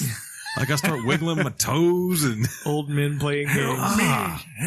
It's that, and then also on the PSVR, right? just to kind of piggyback on being old. When you're loading into a game, it says, "Hey, this is what you look like." Sure. And I am a hot mess sitting in a chair with a stupid thing on my face. Man. But yeah, I agree with you, Chris. It was a solid. Really enjoyed that show. It was a good show. Yeah. It was what we, especially for being 2 hours, Sure. right? I felt like it was 2 hours. Yeah, like I'm not being, and that's not a bad thing. It kind of felt like it was an experience you were in. And Sure. yeah. And plus, we got to play a drinking game where every time we heard exclusive world premiere, We were tore up. yeah. There was something I read that in years past, it was console exclusives that they touted. Yes. Now it's just like world premiere exclusives and things of that nature. But Xbox, they're smart. They Console first exclusive. the way they worded it was very, the thing. I needed a grid to know what they were talking about. Like, what's this from? It was just their way of saying this was going to be the first time you see it and things like that. Plus, they had that wonderful demo of that completely original game that's not based on anything with a fox. That and a game tunic is and a a sword good- and a shield. Yeah, that looked adorable. Yeah, tunic. Yeah. I want to play that. Even now, it's got conversation online about how great it looked and everything. I almost forgot. You said this earlier. You said you might be in on Forza Horizon. Oh, thank you. Yes, you're absolutely right. That Which game looks amazing. That game blew me away. Why? Looked Like Tobias It Funk just- blew you? I don't mean that in a that probably sounded negative or bad. no. Why? It was Forza, yeah, Forza Horizon. It's what it was, and I don't know why. Like before, you weren't like that. You're getting it. Yeah, it's so, After you rebuy an Xbox for it. I have an Xbox still. I don't No, you know. don't. I do have an Xbox. You don't. I do. I swear I have an You Xbox. I say things that aren't true sometimes. I do. I've seen it. You cry. When did you cry see it? wolf. I've This is seen what it. happened. Huh? Sean. Hold up. But yeah, But I'm really excited about that one. It's the first time I've ever really wanted to jump into a game like that. jump in, huh? But it looks gorgeous, And also, we get a Looks so Battletoads good. game. man. That Aaron? happened immediately. That happened immediately after Dying Light 2. Yes. And I was like, geez, they actually did. I can't believe they actually did it. You know, Aaron Green. Because that game Yeah, is impossible to beat. it is. They had to put steps in there for the rare collection so you could beat it. Yeah. I did see that Aaron Greenberg ran into Marty Sleva, and he looked him directly. I said, I want you to know we made that game only for you. It's just for you, because he historically hates Battletoads and just laments it every Y'all time. help me with this, right? Because as my thought goes on about the two, we can't help but when you say Microsoft, think of Sony, right? For me, at least, as far as their conferences. What other game did Microsoft really dive into other than the Forza demo? They had the Division dive in. They had, I'm trying to think here. Yeah, they dove in on Forza. They did a slight. There it is. Okay. There's the. You can't prove that's yours. Hey, back out if you can hear me, and show my room and stuff. I don't know that's your room. Look at those. Obviously, wow. that's Sammy's room. Man. Thank you, Chris. Didn't believe I still had an Xbox, and there it is. Anyway, Can you zoom in on that Porg? That's up to the left. that's how I know There it's it fake. is. There it Wow. is. You don't buy Star Wars pops anymore. There it is. All That's right. Thank you, babe. Love you. But anyways, yeah, they looked at Division.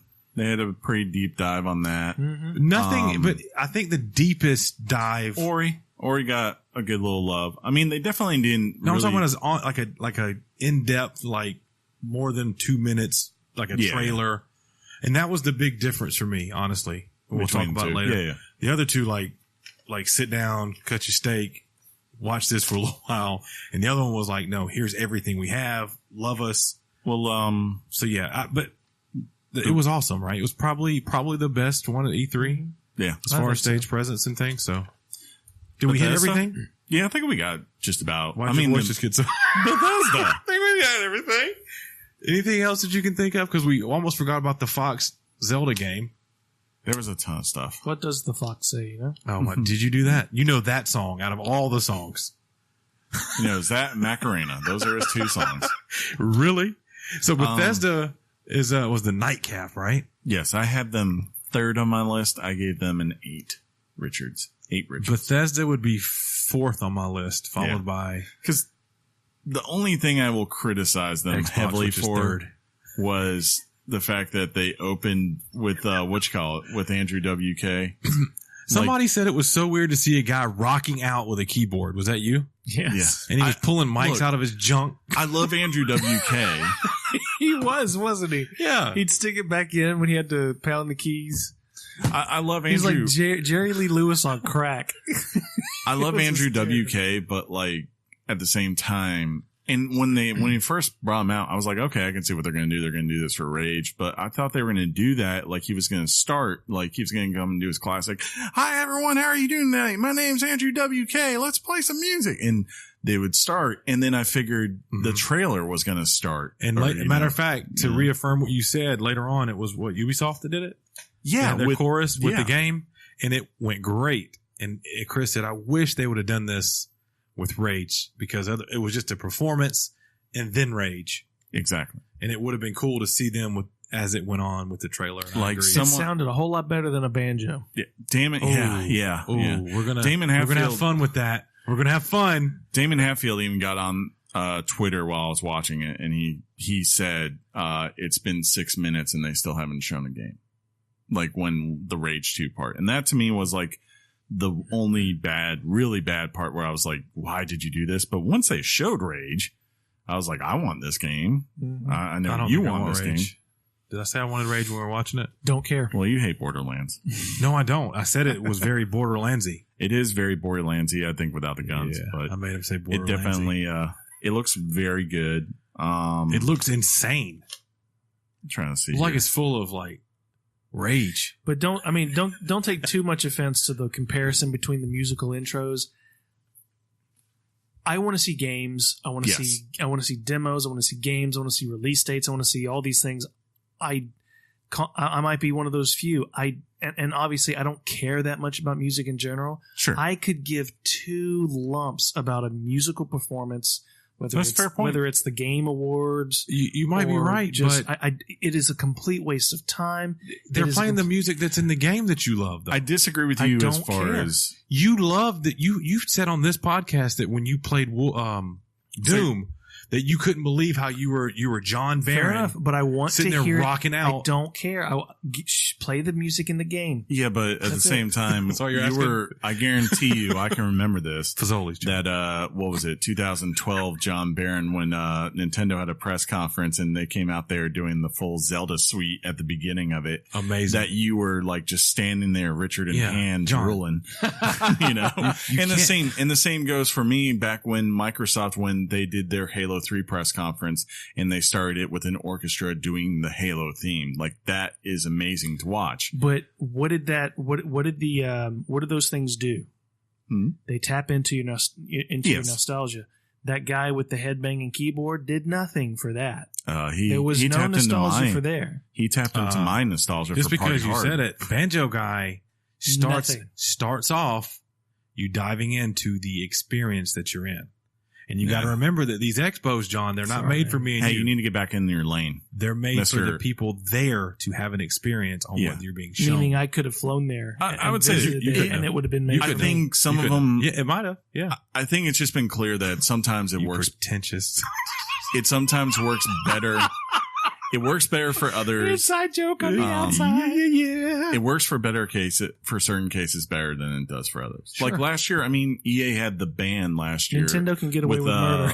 Yeah. I remember- Nintendo could do no wrong, Chris. Well, Sorry. like last year, EA had the band come out for the marching band come out for Madden, I remember, and everyone was like, "Why?" You know, like no one in the audience cared for that. Ubisoft, man. Ubisoft. On the other hand, no, like that was the weird part to me. Like Don't care. the opening for that, I was like, "That's the right way to do that." I guess, I disagree. but I don't. Yeah, I was sitting there. I'm like, You oh, versus me. Now what? We're getting blown Lord, up by yeah. our friends about Tatum, the Call of Duty stuff. no, it's not Call of Duty. Yeah, they're talking about Black Ops. And they're talking about the Forsaken DLC as well. Ah, okay. What? She farted again? Jeez. But all right, we agree that was a mess. Yeah, to kind of but start off after- the show. After that, I think out of the developers, Yeah. they were the best. I think they were Well, I guess technically They're not Nintendo's the the best. developer and Microsoft's the developer. Yeah. But you know what I mean by that. of right? the Okay. outside the main three. They were the second best in my opinion. To me, They sat up there together. Who do you think was Bethesda and better? Microsoft. well, you'll have to wait and find out, won't you? You think Square was better? No. Well, it was EA, Ubi, Bethesda. I think he thinks Ubi was better. He didn't say that though. We're on Bethesda. Bethesda, We're not at Ubi yet. We're not at Ubi But yet. he placed Ubi! he placed Bethesda third, I think. Yes, I said they were third overall. They were my third best. And I think it's because, again, I will say this. That last... Liar. When Todd Howard came out, Okay. you know, Not liar. John said this or stole this from me because I said it on my Facebook. I said Todd Howard just won E3 because I think like the one thing that's unique, like Todd Howard is kind of the American Miyamoto or Kojima, right? He's our superstar of the industry right now. Everyone knows who Todd Howard is at this point. And He did great at Solo, the movie, when he directed the it. cool advantage He's he a has. genius at making games that other people invented. Anyways, he invented Elder Scrolls. What? He invented Elder Scrolls. Not according to what he said on stage. Well, that's that's their first, or that was their original IP. And then they bought Fallout. So they haven't created something since Elder Scrolls 25 years ago, if that's what you want to go under. But I anyway, don't think that's Did what you he said. anticipate John Yes. throwing that? well, I didn't that anticipate slider that into he the did- conversation. I didn't anticipate they heard something you didn't do the research on. But Oh. anyways, But John always researches. I'm going by what the man said. yes, he said, I have not created a new IP in 25 No, years. That's not what he didn't say. I. Pull Yes, we. But if you want me to go pull up the history of Elder Scrolls and who created it, we can do that. His tone has changed. You've made him angry. Yes. Don't talk about Todd Howard on the show. John. Anyways, to get back to I what I saw was Todd trying Howard- to get to. I saw a Todd Howard pop. I trying stomped to it. get to. I Still bought it trying to and get I to. stomped it. It's on video. I'm sorry. trying to get to this. Todd Howard is one big advantage that he has in this instance Just over right here, yeah. over Miyamoto and Kojima is that because he's American, he can sell something to an American audience a lot easier than they can. Like he doesn't have to have the translator out there to do the weird talk through. And because he's American, he obviously He doesn't have can- to smile. He knows how to talk to an American audience Right. and present himself where it's not weird. Whereas Kojima, sometimes it's really weird. Right. See, he put his phone down. He checked. No, I No, didn't. that's not- My brother texted me. You have a brother? Anyways, I thought when he came out there and he started talking and then you go through and he does a good job of walking you through what 76 is and how good it is and why, you don't need to be worried if you're a 69 Fallout is fan, better. why you need to come out here and play this game. That's funny. And then you come up and you have, I think, the best 1, 2, and one more thing combo of anyone at the, So you're saying 76? and then the Blades. combo of Starfield and Elder Scrolls 6 to finish it. But Like, no, there's no bigger combo. After Elder 76, I was going to say Elder Oh, and yeah, and you had Blades in there too, and you had Blades stuff for was- for Fallout Shelter as well. I mean, Blades was big, though. Like, he spent some time on Blades. yeah. I mean, you have to think they had the So courage. I was saying it's more than a 1-2. It was like a 1, 2, 3, 4 plus 1. It's like they knew, hey, we only get Todd Howard every 3 or 4 years. Yes, you said that, and they even joked about that. And the they guy with the used- yeah. really weird side Pete shirt on Hines. that was unbuttoned. P. Hines, Like, his arms were either too long or the shirt was too small. I don't know what was going on with that shirt. and he's wearing a Capitol shirt. Yeah, it was. I That was was for like, you. what up, cats? Well, they're in Bethesda, Maryland, so it makes sense. What? Yeah. Anyways, I thought like they let him have 20 minutes and he just did his thing and sold everything that he had some sort of piece in. 20 minutes. I feel like It was about 20 I feel like it might was even about been 40 longer. 45 minutes. It could have been. But what he undoubtedly did Yeah. was he came out, he slung his Richard on the thing, and he said, "This is why you love us. This is why I'm awesome. Exactly. You're welcome." But out of respect for Bethesda as a whole, I think we jumped over to Todd Howard. Mm-hmm. Oh, And- yeah, but we're going to talk about your stupid Prey game and everything. Let's move on. That's funny. Hey, the excited part for me is that I can play the Prey expansion stuff in VR. Oh. Anyways. Oh my God. Are you doing live fact check again? You just called me out for you thought I was fact checking it. And then No, you do I it would. yourself. I'm always going to fact check because someone wanted to put something out there. I So was what like, Chris yeah. has done, because this is a podcast and you can't see what I see, is he typed the word Elder Scrolls into Google. Yes, it He is now on the Wikipedia page. Bethesda Softworks. Oh, okay. Developers primary Bethesda 94 to 98. And then Bethesda Game Studio since, which is what they changed. Well, not since, technically. There was a gap. Yeah. There was a gap. But that's always been I their do thing. like a nice gap, John. What? Yeah. Of the thigh variety. Anyways, but yeah, I thought that was like I said, yeah, as you said, they pulled their Richard out and they went, Yep.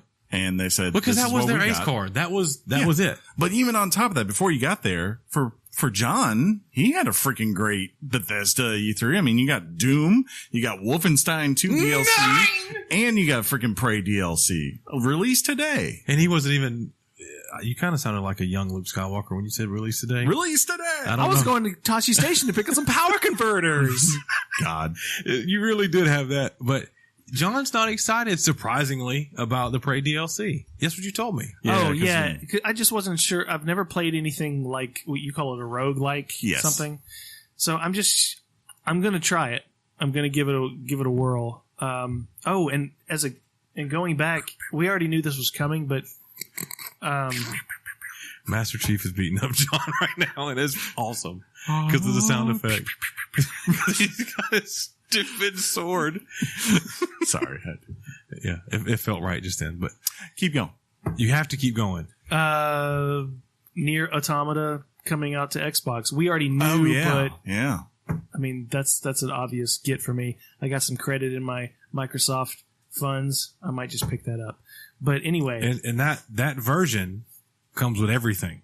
Yeah. It's like the ultimate Yes. edition of Nier Automata. But for Prey, I get a new game plus. There's some additional content coming this summer or something. So I'm happy that they're putting more meat towards Prey, which tells me that they're making more. They're going to make another game. They're kind of stubborn like that. Dishonored 2 was the same thing. I mean, these games. The sales for Bethesda Prey has weren't. shown. They'll invest in what they believe in. Yeah. So Prey, Doom, didn't know that was coming. Would have dreamed that was coming. Are you serious? I mean, I knew it was, I would have dreamed it. Sheesh. I knew it was in development. I just never in a million years I thought they would announce it on stage this year. Yeah. Calling it Doom Eternal is a little bit weird. I would just call it 2, but that's just me. There's Maybe part of me that wonders if that means they're going to come, and since they did announce it this year, that it will come out like May next year. Maybe we get you get the tease here at the VGAs, we get the gameplay and the release date reveal. If anybody knows like a Todd Howard, right? Chris says Todd Howard does not talk about a game that's not ready to come out within 6 months. A lot of Except times. this year. Yeah, except this year. Except this year. But I kind of understood why they did that. when Like did 76 come out? 76 comes out this fall. Right. But I That's what I understand was why they talking did this Starfield and Elder Scrolls. One, I think they know these things. Everyone knows they're in development. They just hadn't confirmed it officially. And two, I think it's that understanding like this guy isn't coming back for a couple of years.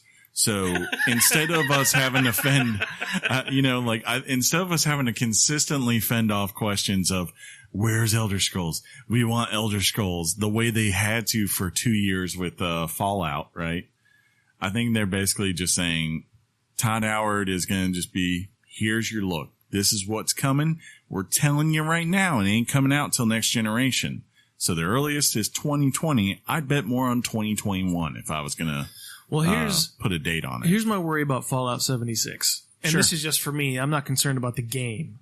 But he said on stage, Yes. you want to play this the way you've always played Fallout? You go right ahead. But, now he didn't say this part. He did. He'll say it'd be a lot easier. Yeah, well, yeah, but That's cool. Yeah. And how you don't speak in the mic. and how you translate great. and how you translate easier. Yeah. If I want to go solo, Yes. I am wasting my time. I'm going to get rocked on a daily basis. I'm going to get a nuke up my butt every day. Maybe. So That's what I'm concerned about. I'm wondering how the balance is going to be for someone who can really choose, if they really want to succeed in this game or solo. What I'm concerned about is if you just decide you want to play and be a D, yeah, you make it fun for no one. I'm going to guess that they'll probably have a rating system for that kind of stuff. But I also would think that with the nuke thing, like you can kind of see, yes, it's there. And trust me, that's the coolest thing ever, because I know you guys haven't played Fallout. They've only really had a live nuke, like a major nuke in the game once with Fallout 3, like where it was in the middle of town and you could blow it up whenever you wanted to. But that was a major decision on the player. But now to think that you're in this game where literally there's 12 nukes, that's awesome to me. They're like, hey, nuke and loot. Yeah. My guess though is that. But see, that might be awesome from a gameplay mechanic experience. But as far as the logic of the game, it makes zero sense, because you're walking out of Fallout 76. Sure.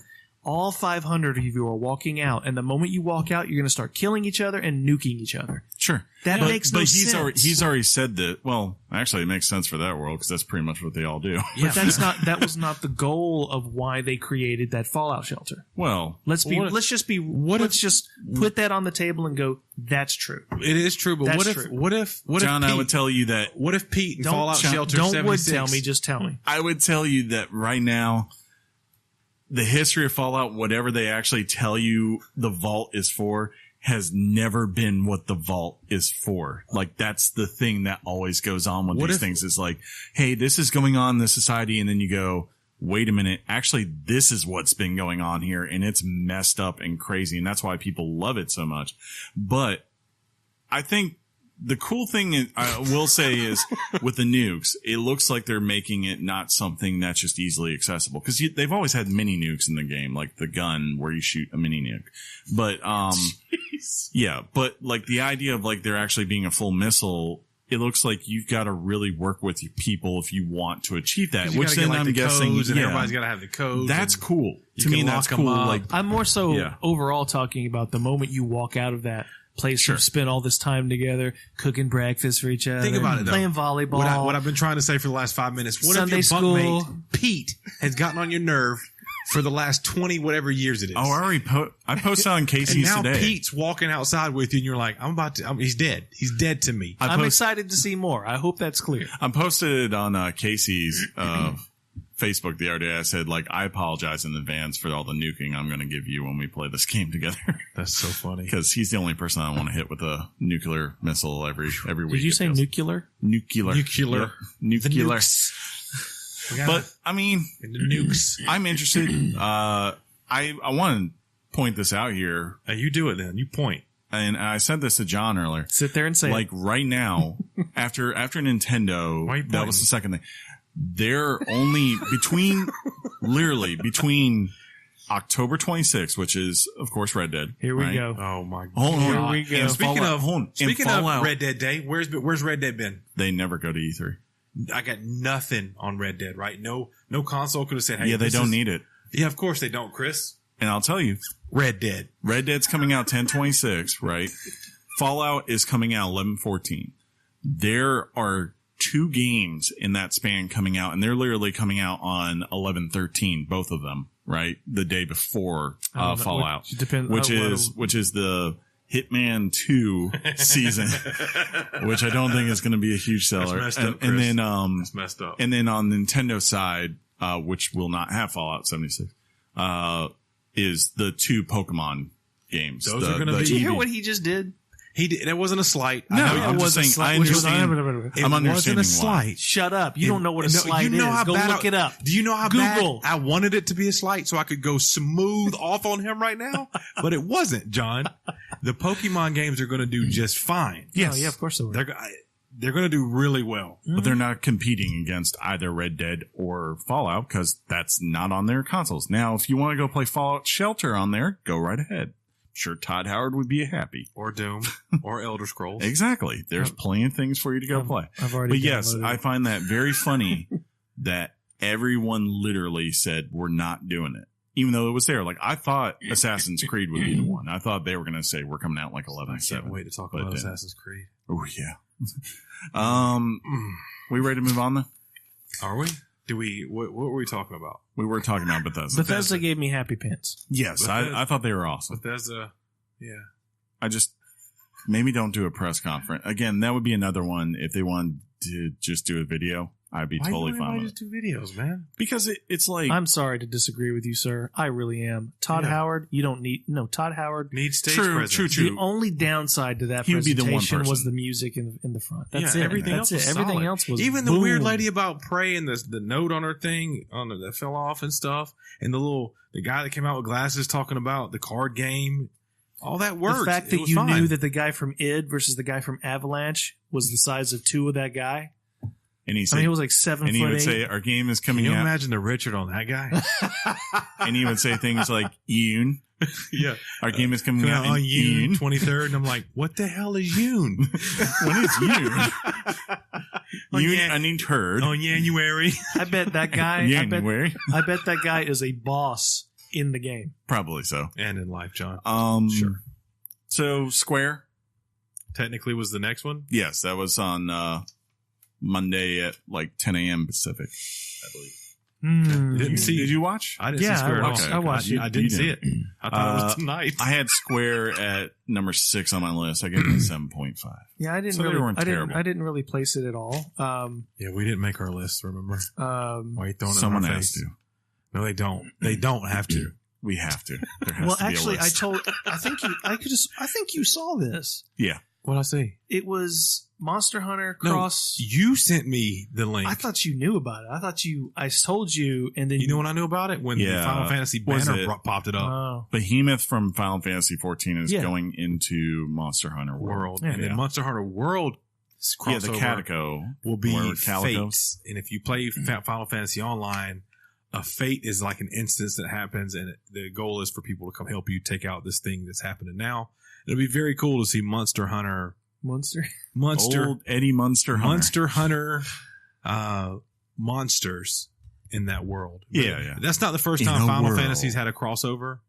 So it's pretty cool. And fans that play the Final Fantasy game will be excited because you'll probably get something like a minion that if you complete the Fate and do certain things and meet things, you'll get cool little trinkets of remembrance. Okay, I'm just gonna say, cool, man. But we got to talk about that Babylon Falls teaser because that looked awesome. That was the one. I didn't thing. see it. It's I don't even know what you're talking about It's right now. Platinum Games is the Oh, new yeah, thing, and it just had a cool. Can you pull it build-up. up real quick? And y'all can talk, but you don't have to have volume, just so your boy cannot feel left out. Sure. Obviously, the game started out with the conference started out with Shadow of the Tomb Raider.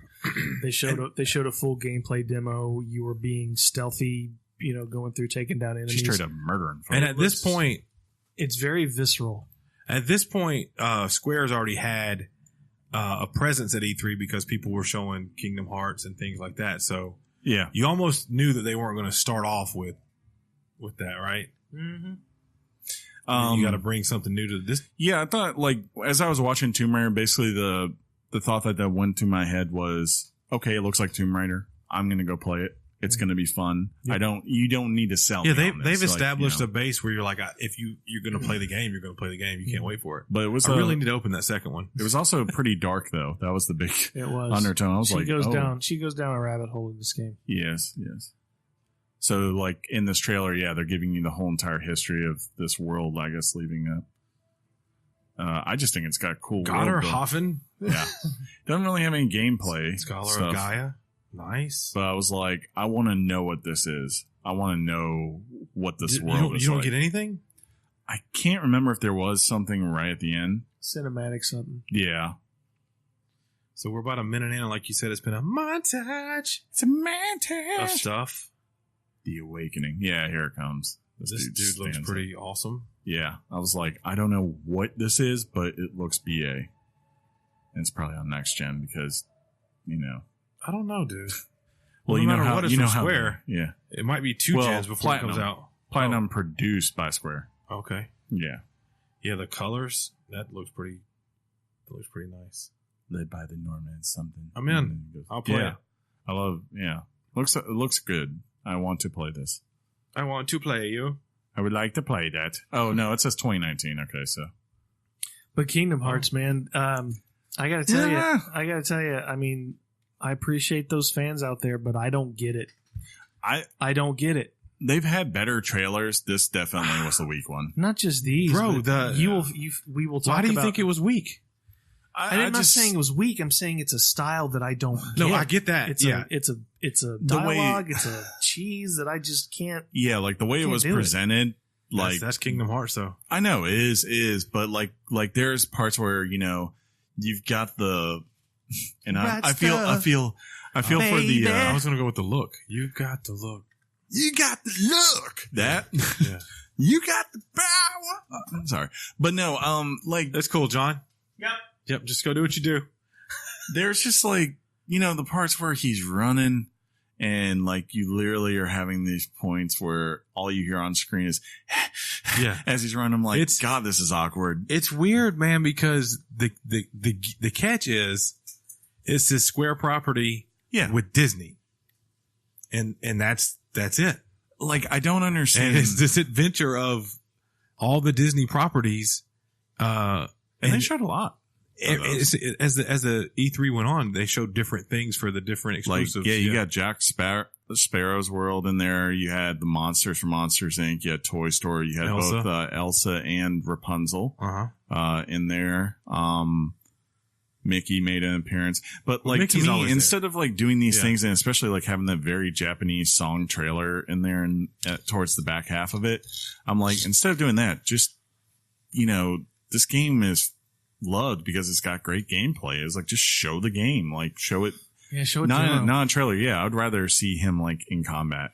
You know, the game's coming out in January. There's got to be a demo. It's not coming out in January. Yeah, John. I meant January 2029. Yeah, wishful thinking. Yeah, they say it's coming. They showed a lot more than they've had. Of course, and they have, which is promising. But I thought the other big standout, Just Cause 4. Yeah, Just Cause 4 will look. Where did I see that? They showed it in Microsoft. Show it at E3, Microsoft. Yeah. That's where I got hype on it. Speaking of Kingdom Hearts, Andrew Lemery says hello to Lemery. Speaking of Kingdom Hearts, Andrew says hello. He's a big fan. But yeah, again, I appreciate that. Andrew? I appreciate that. I thought they made the right call, like not having a real press conference, but just saying, here's a video. And it was just like, here's what we got, guys. And it was 30 minutes. It was tight. And, get on with your day. Mm-hmm. But Square Enix doesn't have the clout of Ubisoft and Bethesda and EA. I will stand by that statement. I'd say they're the biggest third-party Japanese publisher at this point. Japanese tanks them down by 20 points. I'm going to tell Miyamoto you said that. I actually, John, that seems very anecdotal to me. I would love to see data to back that up. Yeah. Because they would be like, really? I would Here's show our you, Final but Fantasy you hate it day. when I look at my phone. No, not now. I want you to Shut up, Sean. Your face. Let's see what else was on here. It's going to be funny on the replay. I didn't really care about that Quiet Man teaser, and I didn't care about the Final Fantasy 14. I know that you probably, but for me, I was just like, okay, it's there. Yeah, even with me currently playing Final Fantasy 14, it was just like, oh, that's cool. Yeah, I was like, this didn't really need to be there, but it was. It's cool. Fans like to see crossovers, and it happened, so cool. Yeah. Next up, Ubisoft. Oh! This was my number 2, and yes, 8.5 Richards. John Lithgow's twin brother. That's funny. You don't think the guy looks like John Lithgow at all? They're so French. Everything. Yes, he does. Okay, thank you. He does. Let's put it this way. As John said, like, he hates the music things. They did music twice in this, and I think both times it worked. Like, because I've lamented, I personally would be the happiest man on earth if Just Dance never appeared in another E3. On the other hand, that's like been one of their like top selling franchises of all time. Like no one here is going to play that Just Dance game, but every year it sells like, they still release it on the Wii. Kind of like FIFA, but you still maintain that shouldn't have been shown at the show. And I'm with you. I'm saying you should have just done kind of like this, where it's like, it's not a 10-minute thing. Like they did it perfectly. They did a perfect thing. Yeah. I think walking it back. Hey, listen to what I actually say before you make the joke. they did a good thing. Move in the goal. They did a thing where it was like, here's the intro to the show. It's fun. Yeah. It's a freaking panda dancing. And the game is about dancing. It's hitting highlight songs. That's why it's okay. Because the panda was dancing. Of course. Panda. Panda. Because panda. I almost texted Tate. Hotbox. Be like, panda. Yeah. Panda. But no, like, it was a fun, cool little way. And then later on, when they brought out the stuff for, the Donkey Kong expansion. This is why we hate John. Yeah, no. You bring. What are those? They're not buds, lemons. Vanilla crepes. Yeah, I know. Yeah. I think he's like. So you're so fat you had to get vanilla because they didn't have lemon? No, he's so fat that he's like, look, I've got to eat all the vanilla so they'll replace them with lemon. That's what it is, right? That's so funny. Anyways, I think like that was fine, like the concert, because again, as we said, like they were playing, but they were also showing us the game. Yeah. And it helped to build the atmosphere for the game. I could do with less cuts away maybe while you're showing that gameplay, but I was fine with it and it worked. I loved Beyond Good and Evil 2. That was an amazing trailer for that. Cool reveal with Jade there at the end. Did we know officially that it was a full out prequel before? Yeah, then? they said last year. Yeah, you two guys did, right? What was I doing? I remember it being a prequel, but I didn't expect Jade to be somewhat villainous looking. Yeah.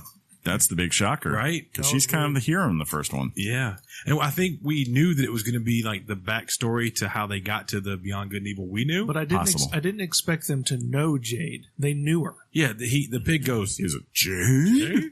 Yeah. Dude, name another scene in a video game trailer that matched that spaceship coming up to that thing. Yeah, when it was going through. Yeah. The cloud. That was impressive, oh, my dude. Lord. I was like, I want this. I wish they'd been able, and I understand why next gen consoles? Yeah, for sure. For sure. There's no question in my mind. No question. Dude, you're wrong. I mean, I think it's this like. E3 sucked. We're getting nothing. Well, you got the Vision 2, and that was. John, I can't laugh at that. When I watched it during Microsoft's presser, I was like, I don't know. I don't know if I want to go back with this. And then when they came out there and explained it. Exactly. And they laid out everything and said, oh, you're getting free DLC for all of it. Yeah. We've set up these kinds of things as far as your end game design. And we're bringing raids. Yeah, dude, the way he said, and we're bringing raids. Yeah. Raid drop. Raid. That's like, big. All of that made me say, I want to give that game a shot, because we had a blast playing the main story. It was just the end game was. Yeah, our joke was we were all in for 3 days, and then we acted like it never existed. I think the rest of the United States was the same way, because that game was amazing. It was more than 3 days. We talked about it. I mean, we put some time into it, and then it was like, what are we doing this for? Also, love the setting. Yeah, the DC. I love, of course like, you do. Of course you do. Well, as soon as they showed Caps. Yes, as soon as they showed that trailer, I was like, and they showed the Force, I was like, they're in the Smithsonian. And I was like, I know where that is. I was like, I know where that is. Was that like a museum or something? Wow. I almost answered you.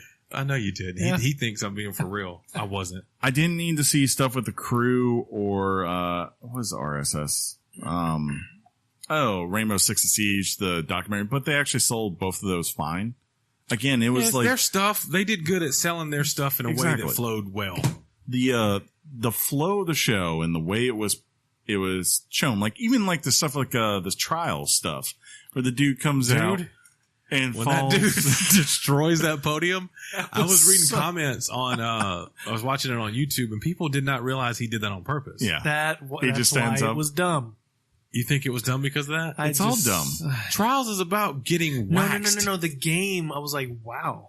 In fact, I went in and downloaded Trials Fusion because I saw that on the stage. You call me a level 7? This dude is a level 7 plus. It was free. Yeah.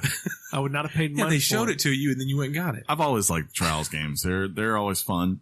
I thought they like it. You good there with the heart? It was just the way, it's just the way they flowed everything. Like, it could have been disastrous. And in years past, it has been because you have Aisha Tyler talking to someone and it kind of derailed off. Yeah. Let me ask you this year, it was like, no, you come out here, you're saying this. And the only bad part to it was every single time someone came off stage, it felt like they had a hot mic. Thank you for bringing that up. And, what's his Nailed face? it.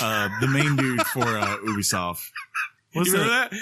Wasn't the main Guillermo something? Yvette Guillemot, something Yeah, like whatever. He would just be like, "I'm sorry that they changed your thing," or something like that. And you'd be like, "Yeah," and you're the like, intro. I'm sorry you changed. What your was intro. the game? No, it was Beyond Good and Evil 2. Those two went off stage and we nailed it. It's like I actually like that. I like the honesty of No, it. it's great. It was endearing. But the biggest negative feedback I got from I think the entire Ubisoft presentation was the immediate like, WTF, we got to give you content to make this game.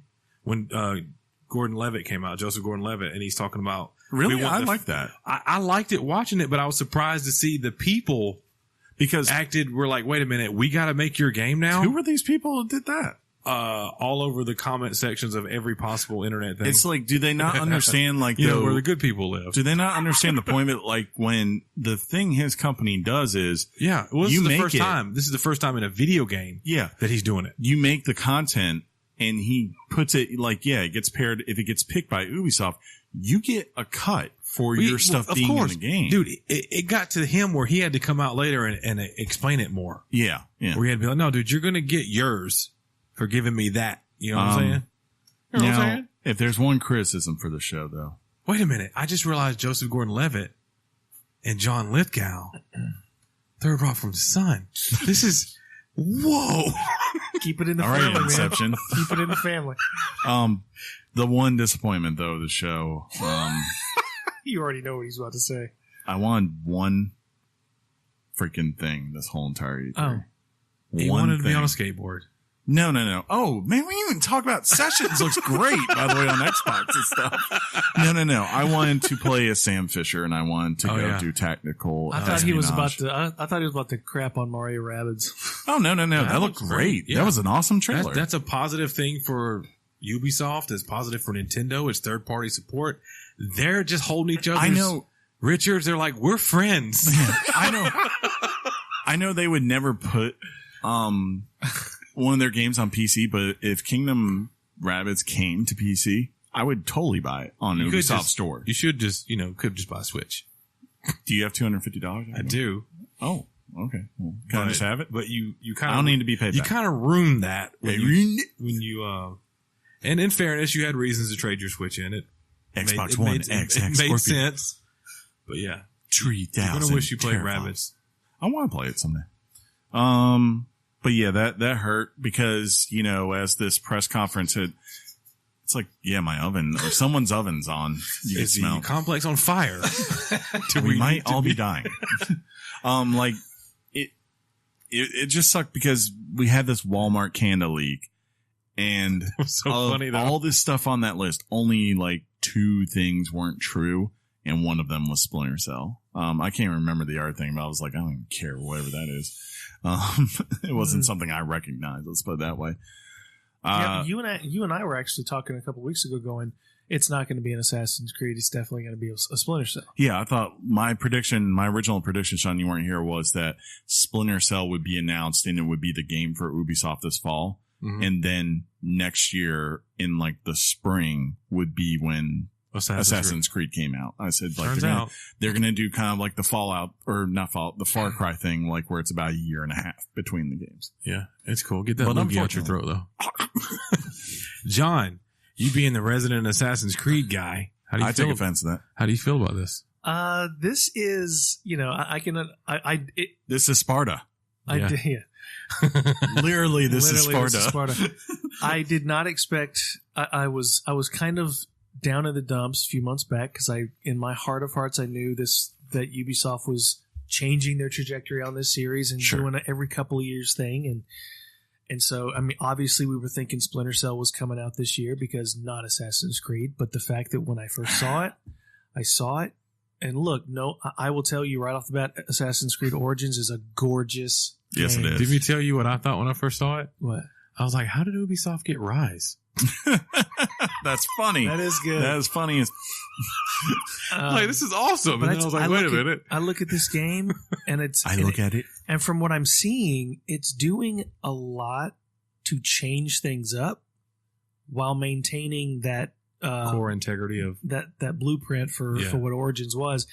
And while Origins was super gorgeous, this one is gorgeous in a way because of how lush and green and palatable everything is. It's just, and plus the idea of playing as a female again. I don't know. I dig that. Wait, are you going to play as female? I was going to ask you this. Are you doing the female or are you doing the male? Because I've heard they're the exact same person, basically. Yeah. Outside maybe like love interest. I just feel like, Do you know why I'm playing as a male? It's the same love interest. Do you know? Did you catch that? It's the same love interest. Ooh, I need to research this. I mean, but it's I just want to point this out. You can romance NPCs in this game. And anyone who knows me knows. You're going for it. Out of everyone. Your avatar's Richard has to go into something. Exactly. But the thing I need to know, and Chris made a good point to me yesterday. Yes. This is 400 years before Origins, which is a curveball. I'm like, what are you guys doing? I heard this details was the original on this. story. Okay, yeah. John Ryan from IGN, they did a preview and they kind of let some things go. One, Layla from the last game, as far as the future part, is in this one again. It continued. Remember the present day part of Origins? Yeah. The girl from that, she continues on in this one. She is again she's your Desmond for this one. Wait, where's Desmond? He died. Oh no. Yeah. Rip. Can we get a rip? I'm sorry. Rip we Desmond. spoiled that thing that's like 10 years old now. Oh no. But did he die? The other thing is that, so whereas the last one was the setting up the actual origins of how the assassins came to be, right? This is about supposedly the start of the conflict of chaos versus control. That battle. And apparently he was saying that Ubisoft told them that basically this directly will tie into the things that we saw in Origins. So like why you actually had this group of people going around underneath society trying to take over and rule Egypt the way that they were doing. Which is cool. That's cool. But here is the awesomely dumb signature move of this game: the Leonidas kick. That's all that mattered. And you are direct. Historically, there's no such thing as a Leonidas kick. They got it from 300. This is Sparta. This is Sparta. King Leonidas. You kick him into a well, and they put it in a game. Yeah. Now and they made you his descendant. Now Leonidas is in rom-coms. Yes. So yeah, that's what happens when you get famous. I just need rom-com guy. I said this to John yesterday. I said, if they show anything with King Leonidas in this game, they better get old Gerard Butler on there, because I just can't. I don't want to imagine another voice as King Leonidas. It has to be him. Has to be. And he has to say this is Sparta. But I'm excited. And it's October 5th, which is sooner. I'm not excited about the fact that when's coming out. I think it's October 5th because Red Dead wanted to get out of its way. No, I agree. They wanted to get out of Red Dead's way, I think. It's like it was afraid of something. But my big, like a game of the year. My big cheese moment for this was something we saw last year. Haven't thought about it for a year, but Starlink. Oh yeah. With Star Fox on your Switch. With Star Fox on the Switch. Nintendo pretty much came in and secured a win. You might as well make it an exclusive game for the Nintendo because Switch. they come out and say you get Fox on the Switch. Yeah, it's not just a guest. It's you can play the game, the entire game, the entire campaign as Star Fox with additional content exclusively for Star Fox. And I knew it immediately. I saw that raccoon. It just makes sense. It made perfect sense. When you're seeing the game, you're almost like, this looks like Star Fox. Yeah, Nintendo figured out a way to make up for Star Fox Zero and give you a Star Fox game. This was one of the most brilliant things I've seen on stage. Star Fox Zero was the jam. I have no beef with Star Fox Zero. Never bought it or played it. Just wanted to troll you, John. That's funny. Skyward Sword sucks too, by the way. Mm-hmm. That's funny too.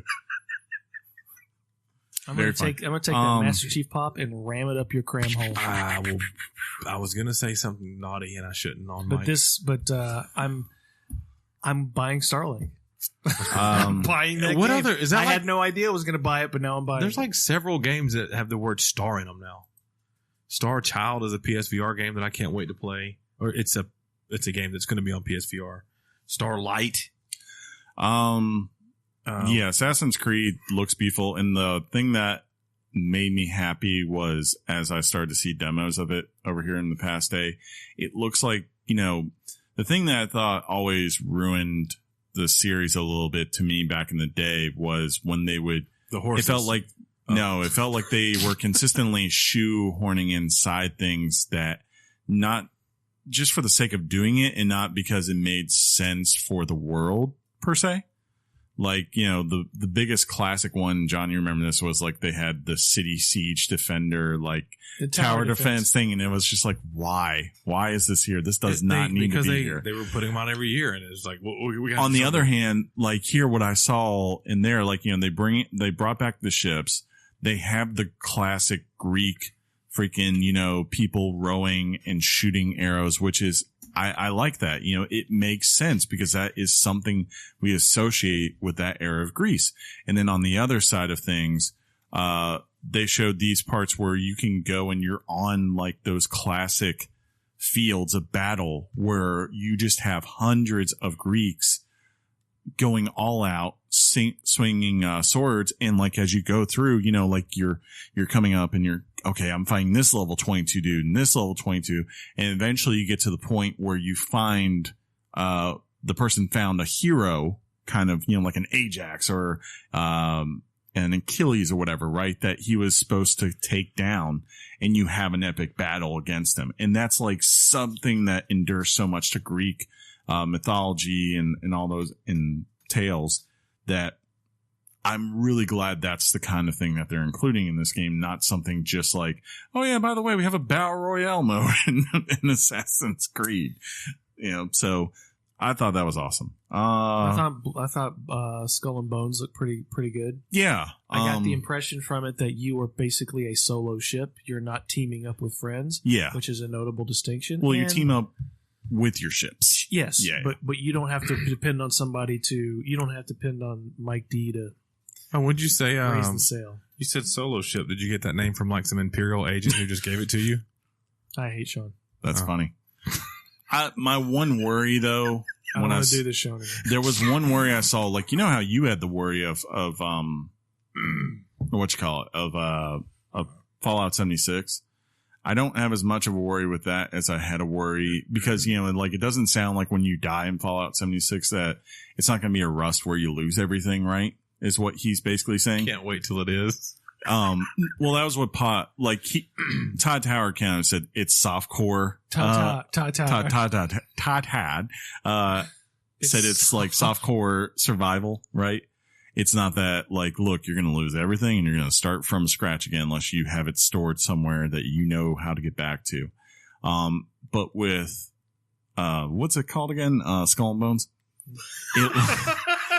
It looked like, you have to do this thing where in order to beat the big ships and get the big loot, you have to go and work together to take it down. And then afterwards, it's pretty much designed to put you into a dog-eat-dog scenario. Ooh. Where then you have to either agree to divide it up. Ain't no one agreeing to divide anything up. Or you have to fight each other for the loot. And they kind of made point, kind of like Sea of Thieves, where if you lose... if your ship gets sunk and you lose all your stuff while at your sea, you lose it. You have to return to your hoard or whatever here in order to keep the gold that you get. So it feels like it's going to be this consistent thing in this game where you're consistently trying to battle to take down these big things only to see your rewards taken away by players that are better than you, if you're not someone who's very talented. Sony. For Honor. Sony! For Honor had stuff. I didn't care about that. It had a lot of stuff. Yeah, it did. They had a lot of things there with Ubisoft. I gotta hand it to Ubisoft for continuing to do it. I mean, they're doing a great job supporting this game. Oh, with For Honor? Yeah. Yeah. like I said, they were the one. The Castle Siege or whatever that was looked pretty good. That was intriguing. They were the one. They brought in people from, was it China? Yes. Yeah. Pretty dope. They were the one developer conference that I really did feel like had earned the distinction of actually having it in front of a crowd. Like, I thought they did a very good job with that.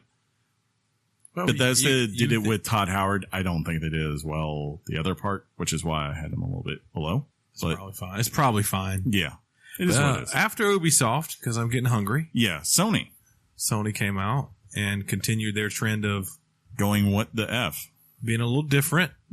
Yeah, that's an understatement. Sony's been killing it. I'm going to be the exception to this, people who listen, because I don't think these two liked it, but I did. And this is going to be fun, but go ahead and set it up, Chris. Well, first off, I had them number 5 on my list. I gave them an 8. Okay. Because, definitely was not a terrible, but the one thing that was obviously terrible. You're off on this. The one part that was terrible was, and I don't understand this because we can all agree they've been kind of killing it the last couple of years, right? Even like last year where all they did was just showed a trailer reel and that was it. Outside the intro with God of War, it was like bam, bam, bam. Yeah. There was a lot. Here they come out and they decided apparently to take everyone who was attending the conference and put them in a very distinct tent to start start it off. That matched the setting of a tent that goes on, I guess, in Last of Us Part 2. And that demo was amazing. Do not get me wrong. I was like, wow, I'm sold on this game now. Yeah. That demo was, I dare say, the most intense demo of anything, but then, so you get done with this. It was a little weird. Yeah. So they get done with this, like, it was about a 10-minute demo, right? Yeah. And then for 15 minutes, because there's some awkward guys at a desk talking. Yeah. Because for 15 minutes, they had to take everyone who was outside going to this one tent to watch Last of Us and move them back into the theater for the rest of the show. And we're just sitting there for 15 minutes watching Ryan Clements, who I love to death. I do too. But they gave us some stuff. Yeah, but it was all the stuff they'd already announced. And did it not feel? Like when if you happen to be watching your your E3 coverage on IGN on Yeen, when something's done, it kicks back to the guys at IGN, and you're like, okay, yeah, it felt like that. You're like, weird. What are you doing? Yeah. So they fumbled, and I think that was disjointed. But then when they resumed in the theater, then we got a wonderful flute.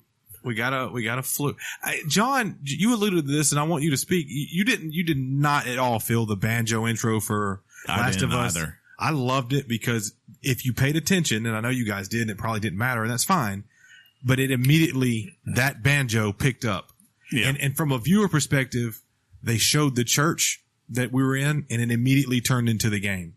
So for me watching it, I was like, that was the coolest thing ever. I can understand now, thinking on it for a day or so, how some people were like, what in the H? I would be pissed off if I was in that room just because, I'd have to get up and move again. Well, that and it wasn't like a tiered. It wasn't a theater. Yeah, it was like you were standing. So if you were in the front, you might not even seen the dang thing. Like, well, and that's the thing. These people are the people that are gonna. And if you're in one of these rooms during one of these conferences, you're not normal Joe guy. You're reporter, blogger, internet guy who's got to go talk about your experience. And I've read several varying opinions on what they thought the night was.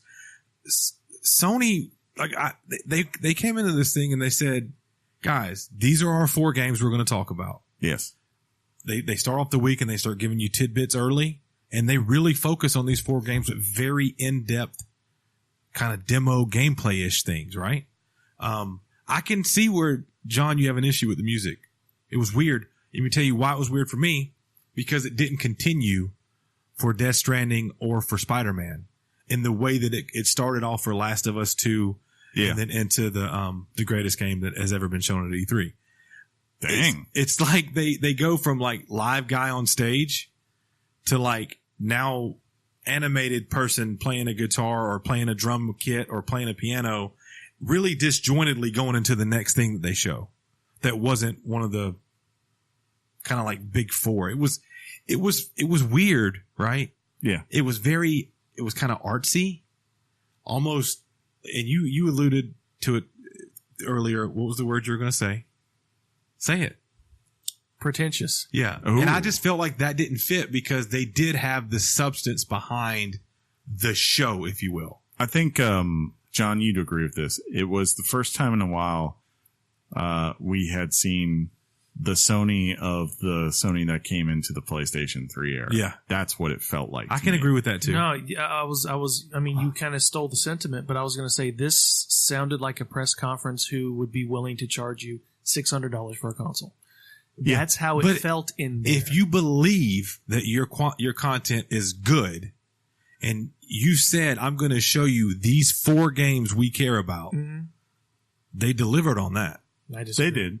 I mean, I think all their games, I think for the most part, their games look good, See, it's but fine, buddy. it's like I think we have to be fair and say like all the shots that Microsoft has taken over the course of this generation, right? Mm-hmm. You know, there was that year where it looked like Microsoft had a good press conference and then Sony had this dream press conference of announcing everything. It wasn't that. Now you're flipping around and it's like they're supposed to be the place of exclusives and all that. And sure, they had 4 exclusives they were showing. Almost everything they showed except for Resident Evil 2 was straight up exclusives. Almost. Yeah, but like none of them, they showed 7 games. And then on the other side, there was like 20 announcements. You're absolutely right. Yeah. But those 7 were the majority PlayStation exclusives. So Remedy wasn't. Remedy isn't an exclusive. And I doubt Resident Evil 2 is an exclusive, honestly. That's what I'm saying. I don't think that one is. But come on, John. You got to see Last of Us 2, which you told me that, I don't know if you want to say it, but you said, are you telling me? I know you're not going to say it. You didn't like the trailer for Last of Us 2. No, I liked the trailer. I was being sarcastic. I was trolling you. We're not going to repeat it now, and it's between us two. But he was trying to fire me up, and it worked to a degree. That's funny. John likes to troll people. But he's a troll. Listen, let me try to put it in my perspective. Here's this game. Sure. That is considered by many people to be the pinnacle achievement of the PlayStation 3 era. Yeah, it was my game of the year, not this guy's. And not mine. No. BioShock. And now you have this studio, Naughty Dog. You hate Naughty Dog. No, yes, I have a love-hate. He hates Neil Druckmann. I have a love-hate relationship. I love their games. Their studio annoys me. It's because they're liberals. Oh no. Oh no. It's not I'm kidding. True. I'm trolling you. Now you know how it feels. So all right. But to me it's like we're Naughty Dog. We're going to show you this demo and we're going to put all this garbage around it and everything from the church setting through it opens up and you're like, where the heck is everybody? What are they doing in here? What is this? Then you have this banjo guy who they probably hired off the street. He was homeless playing. We're going to call him. His official name is Banjo-Kazooie. Okay, guys. It's Banjo-Kazooie. Let me make my point. Okay. Yeah. From your perspective, this is John's train of thought through this whole thing. This is Sony just, I don't know, just celebrating. No! Just celebrating Naughty Dog, all that stuff, all those what the heck, what was this, why was this, why, completely distracted from what was otherwise an excellent demo. And with a beautiful kiss. Look, I don't want you to misunderstand. All the games I saw, Death Stranding aside, because I still don't know anything about it, and I just don't have the history with Kojima to appreciate it. And you won't. That's not a knock. You won't. That's Until fine. You play it, you won't. Fine. No idea what that game's about. Those I'm four totally games, fine. those 4 games that they showed, none of them, one of them we already knew, no thanks to E3. We have no idea. One of them are coming. Even a window. Yeah. That was I can agree with that. That was the pinnacle of arrogance on Sony's part because they announced Last of Us Part 2 December 2016. Mm-hmm. Meaning that it had already been in development for at least over a year. You're telling me. I mean, Neil Druckmann came out today and said, we're still in the early stages of development? Are you kidding me? Yeah. That's inexcusable, Sean. What? Did you see the demo? That you would lead. It looks like Last of Us. No, the hell it doesn't. It looks like Last of Us. You are crazy. I gotta disagree. I saw like her fingernails when she had her hand on like that truck. God, that part where she removed the arrow. Dude. I didn't say anything about the graphics. I'm talking about it looks like Last of Us. Oh, okay. Oh, we misinterpreted this. Style of gameplay. It's Naughty Dog. It's Naughty Dog and Last of Us. Yeah. Okay. Which is amazing. Great. But with that, you go. Basically, it was I'm Naughty Dog, you're not, and I'm going to tell you the release date when I'm darn good and ready. Sure. But as Sony, it was to me very arrogant to lead off with that game when it's in early development and you have no idea when the window is, and we've seen it for 3 E3s in a row. Well, I'm sure. I think that's a little bit ridiculous. And none of these games, aside from Spider-Man, because we knew. None of these games gave you a window of anything. I don't think it was really about that, though. It's like game. No idea when they're coming out. No idea. But the beauty of it, I think that is not appropriate and it's unforgivable. Yeah, but what are you going to do when you get next? Now here's the pluses. Oh, dang. God of War gets a plus mode. Yeah, that was. I'm good. super excited about that. Yeah, and Resident Evil 2 came out of. That place epic. Went nuts. That is awesome. When that was announced, yeah. And the demo for Spider-Man is one of the greatest demos I've ever seen in my life. You know what? I was actually different. I want to play that game. I was actually the one I was the most critical of the 4 they showed. That was the one I was most critical for because it was primarily just another fighting gameplay demo. And I was like, well, you showed us that last year. You proved this was different. Well, it was more, but I was like, did you catch afterwards what they were trying to do? They said people wanted to see the bad guys. Yeah, I got it. Then they put Spidey in front of every bad guy. Yeah, which is I expect that in a Spider-Man game. I'm glad they're going in that direction. But the point for me personally is that like I was already convinced last year that you had the fighting down, that you have made a cool action game. I wanted to see the open world. I wanted to see. Well, they did. Remember what I said? I wanted to see like him just going around doing whatever and exploring. I feel like they did. The demo last year was. You don't. You feel like it was. You came in over some construction. There's been stuff afterwards. Yeah. You came in with some construction rafters. You're sitting there. Some goons come in. You hang them all up with webs.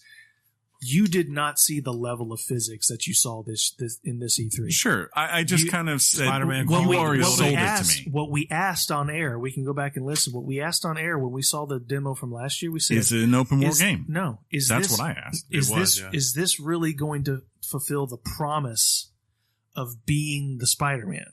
Yeah. And this demo showed me, told me yes.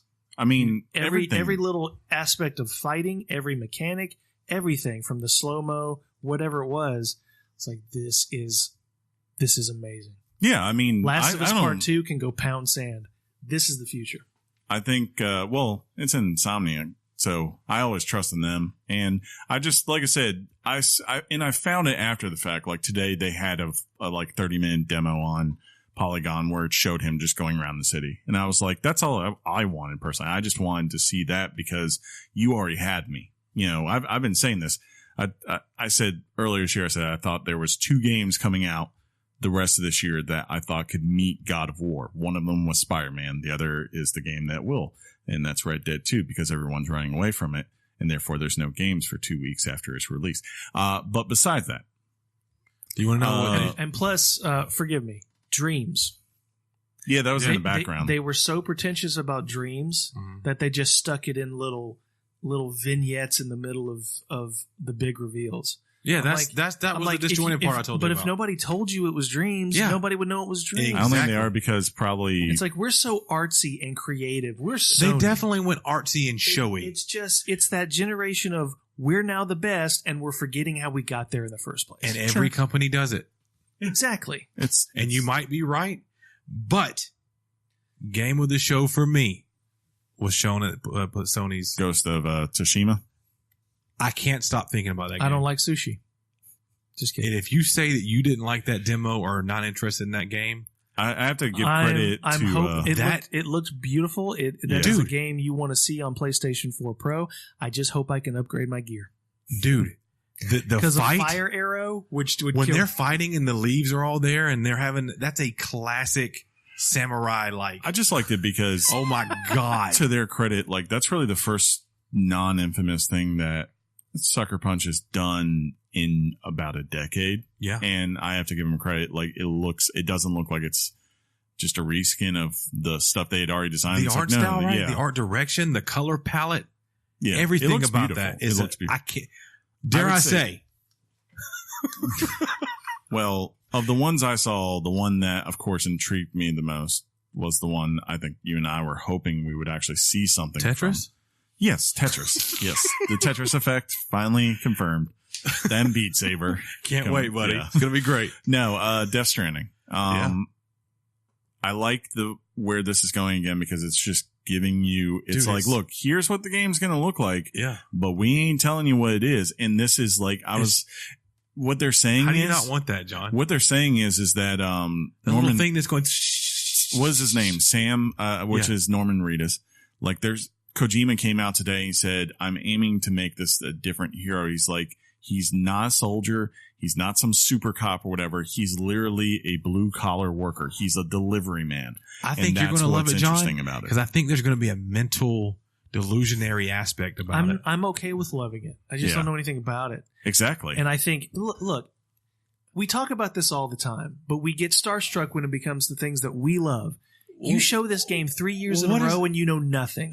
You know nothing. That's the same way it was with Metal Gear. You may not be able to answer this, but I can't think of a Kojima game I've played in recent memory that I was like, that sucked. Everybody's talking about this year we're going to get a release date for Last of Us Part 2, and we don't get it. But because it's Naughty Dog, everybody's just forgetting, and it's Naughty Dog. I didn't think we were going to get a release. If that happened with Last Guardian. If Naughty Dog was not protected by Sony, that studio will go under in 3 years. You might be right. I doubt because that. they live in a world. You could they live in a world. He might be right, but guess what? They're not. They are. Fine. They live in a world where they don't have to answer to economics. Sure they do. They deliver. If they didn't make a game that was profitable, they would they'd go under.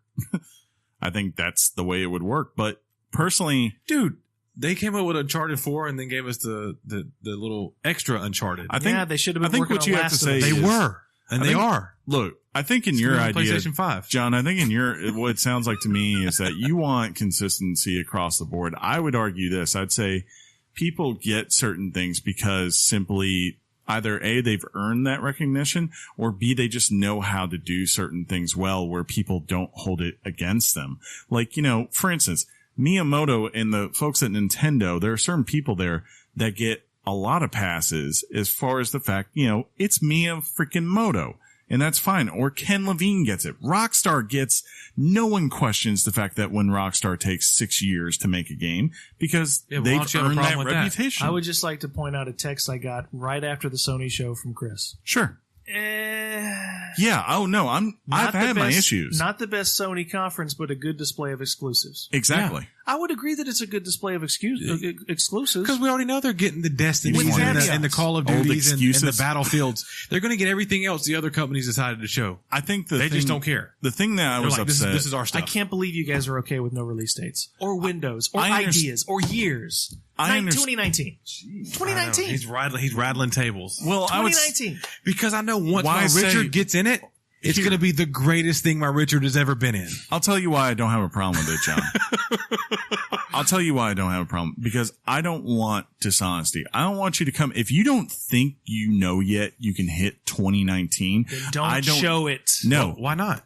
Show it. That's what they're working on. Show it. Oh, we are the most fickle industry in the world. One year we say don't show it if it's not ready. The next year it says, why didn't we see it? No. I don't get show it. I'm going to say something later about Metroid and Nintendo that's going to completely contradict what I just said. Hold on. But it's different.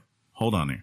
Let's put it this way. When we say don't show it or show it, I'm saying this. Don't show something if you don't have some. What EA did earlier with the Star Wars thing, I was like, they obviously had nothing they could show. Otherwise, Just they a would guy show in a chair, John. Exactly. I was You like, know what I love don't about say it. you know what I love about Todd Howard? He doesn't Sure. show his games until they come out this fall. I love that That's too. out of Chris's mouth. I do love that. It's out of your mouth. And I think he decided, and I'm guessing it was probably in Pete Hines' pressure, that they Great go catch ahead up. and Great throw catch those up. out there. And you know what? They showed me something. I'm upset, but at least I know, hey, it's going to be a while. He gave me a time frame. He's like saying, it's next gen, guys. So I'm like, cool. I'm going to play this game this fall, and then I'm not going to get something for Bethesda for a while, and I'm not going to get all upset when I don't hear anything about that from them. But on the other hand, like here, I don't want you to come out and say Last of Us 2019 and then like 3 weeks later do something like Batman did where like, you know, you come back and you say, by the way, it's a 2020 I game. want to be very clear because I've stated this. Yeah. I'm upset about Naughty Dog for a multifaceted of reasons. Sure, sure. The release date, the fact that Neil Druckmann says we're dragging our hands. Sure. There's a whole lot of stuff that I'm upset about. You put it in this really pretentious setting and distract it from the demo. It's just come on, Naughty Dog. Just make a game. That might be Sony though too on the setting part, you know, if I'm being fair, because that just sounds like something they would do. As far as Ellie's story, I'm in, man. Oh, yeah. I'm in. On the other hand, like the thing I give them credit for is the 4 games they showed us something we had not seen. The exception maybe I can say is Spider-Man. Like that would be the one, but it was still a good demo. The teases they gave, I love Neo. So you tell me I'm getting Neo 2, I'm excited. I thought it was really cool and big of them to put Remedy's game on stage. I love everything Remedy does. I have yet to play a game from them that I'm drawing hasn't. a blank on that one. That was Control. And it was The like one where she's really holding weird. the gun that's like changing. Yeah, it was changing everything. Like they make weird, cool games, and they don't get far enough credit than that they deserve. You know, unfortunately, I know they've said that's coming to Xbox. I didn't really care about Resident Evil 2, but I didn't really care about Resident Evil 2 back in the day either. I understand they've said it was coming. Yeah, they said it was coming. It doesn't surprise me. I'm sure it'll be on Xbox. Wouldn't be surprised it ends up on Switch as well. But yeah, I definitely would say this year was kind of a mixed bag for me. I didn't like the pacing at all for it, and I just didn't like that it was these 4 games and that was it, really. You know, outside of a couple of But things. you didn't appreciate it that even though you didn't like it, they told you that was pretty much going to happen. They did tell me. They did warn me that. I was just wondering. I was like, are they going to have something up their sleeve? And there especially wasn't after you see the Microsoft with the exactly. It's hey, like, thanks you guys for reboot. Yeah. Cyberpunk 2077. You almost hope Sony did something like that. They didn't, but I felt like what I saw, man, I can't stop thinking about it. I really can't. The games were the meat and potatoes of I'm that whole thing, and they were gorgeous. I'm interested to see how people decipher that Death Stranding trailer, especially the last part where they're talking about, you talking about the baby and the when the baby comes out and they're talking about like, have you know, like if it touches you, it will send you into a crater like years in the future or something like that is what it seemed like to be saying. Like there was a bunch of crazy sci-fi think stuff about in that. there. Think about the intensity you felt on The Last of Us 2, right? Yeah. As that trailer goes from you're the luckiest girl or they're looking at you, it spins around to Ellie like stabbing a dude in the neck. And then literally her fighting for her life. When I'm making out with my wife, I think about stabbing Right. people in the neck and. All right. Well, then the next one you show is the samurai. That's not a criticism. It was a joke. The stab through the little paper. The paper, what are those things called in like the dojo thing? Yeah. Amazing. And then Death Stranding, Amazing. dude's walking and you start seeing these little black ghosty looking things with like long tentacles on them. Or shoot, the part where they were in the cage, or not the cage, the cave, and the hand was going around. Yeah, and they're like- then when they go outside and you can barely see the silhouette of the hologram, you know, the guys floating in the sky, and then they finally disappear. All of that was Imagine just playing so that. intense. And then like, here's Spidey. Here's the best demo we've showed to date. It's amazing. I would have actually said that's what they should have led off with. With Spider-Man? I thought because that's your game of the fall. No, man. So I would put that up front and then, you know, I'd Stuff. say like, here's what's coming. I can And see then why he I would says that. close with The Last of Us. I think if they had gone 45 straight minutes and then made me go out to a barn to watch the final trailer. A little different. Yeah, perspective. maybe a little. I still think though, I don't think they'll ever do this again. I guess they decided to take an artistic risk because they really like to sell the atmosphere of this. You know. Well, look, they didn't really have a bunch of people coming on stage being introduced. Yeah, they did have the disjointed IGN post setup with their PS or their PlayStation people. That was weird. I mean, you said, it wasn't the worst, it wasn't the best, and they showed some good stuff. So I've got to be happy as a guy who loves video games. The big thing I'll give them is right now, at it. As far as the exclusives are out there, that were shown by any of them, of any of the four, it was clear to me, like, they obviously know they had the deepest, bucket of things that were ready to show. Yeah. And they just laid into that. That was their decision. Yeah. We can argue if that was the right call or not, but they knew, like, look, Microsoft might have shown 50 things, but do they have a Death Stranding? No. Well, do they have a Spider-Man? And like I said, that's why I think the word pretentious doesn't fit, because if you believe that it's good, and a lot of people believe that the stuff you showed was good. I mean, pretentious to me most was when pretentious people believe that what they have is good. Pretentious to me for them was always Is that like anecdotal? No, come on, man. I'm talking about the pretentiousness of our games are so good, we can just throw them at you, and we don't have to tell you anything. And the sad truth is, the pretentious part the is sad truth is, you're going to buy them, I'm going to buy them, he's going to buy them. Who says I'm not? Whenever they come out. That's why they know they're good. Exactly. Because they are. They're not worried about it.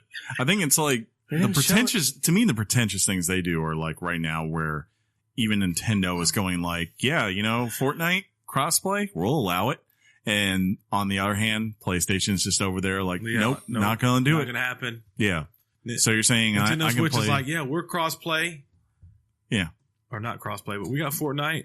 And you know why they're going to do it? It's Because I crossplay. guarantee you the most players are on PlayStation for Fortnite. So they don't care.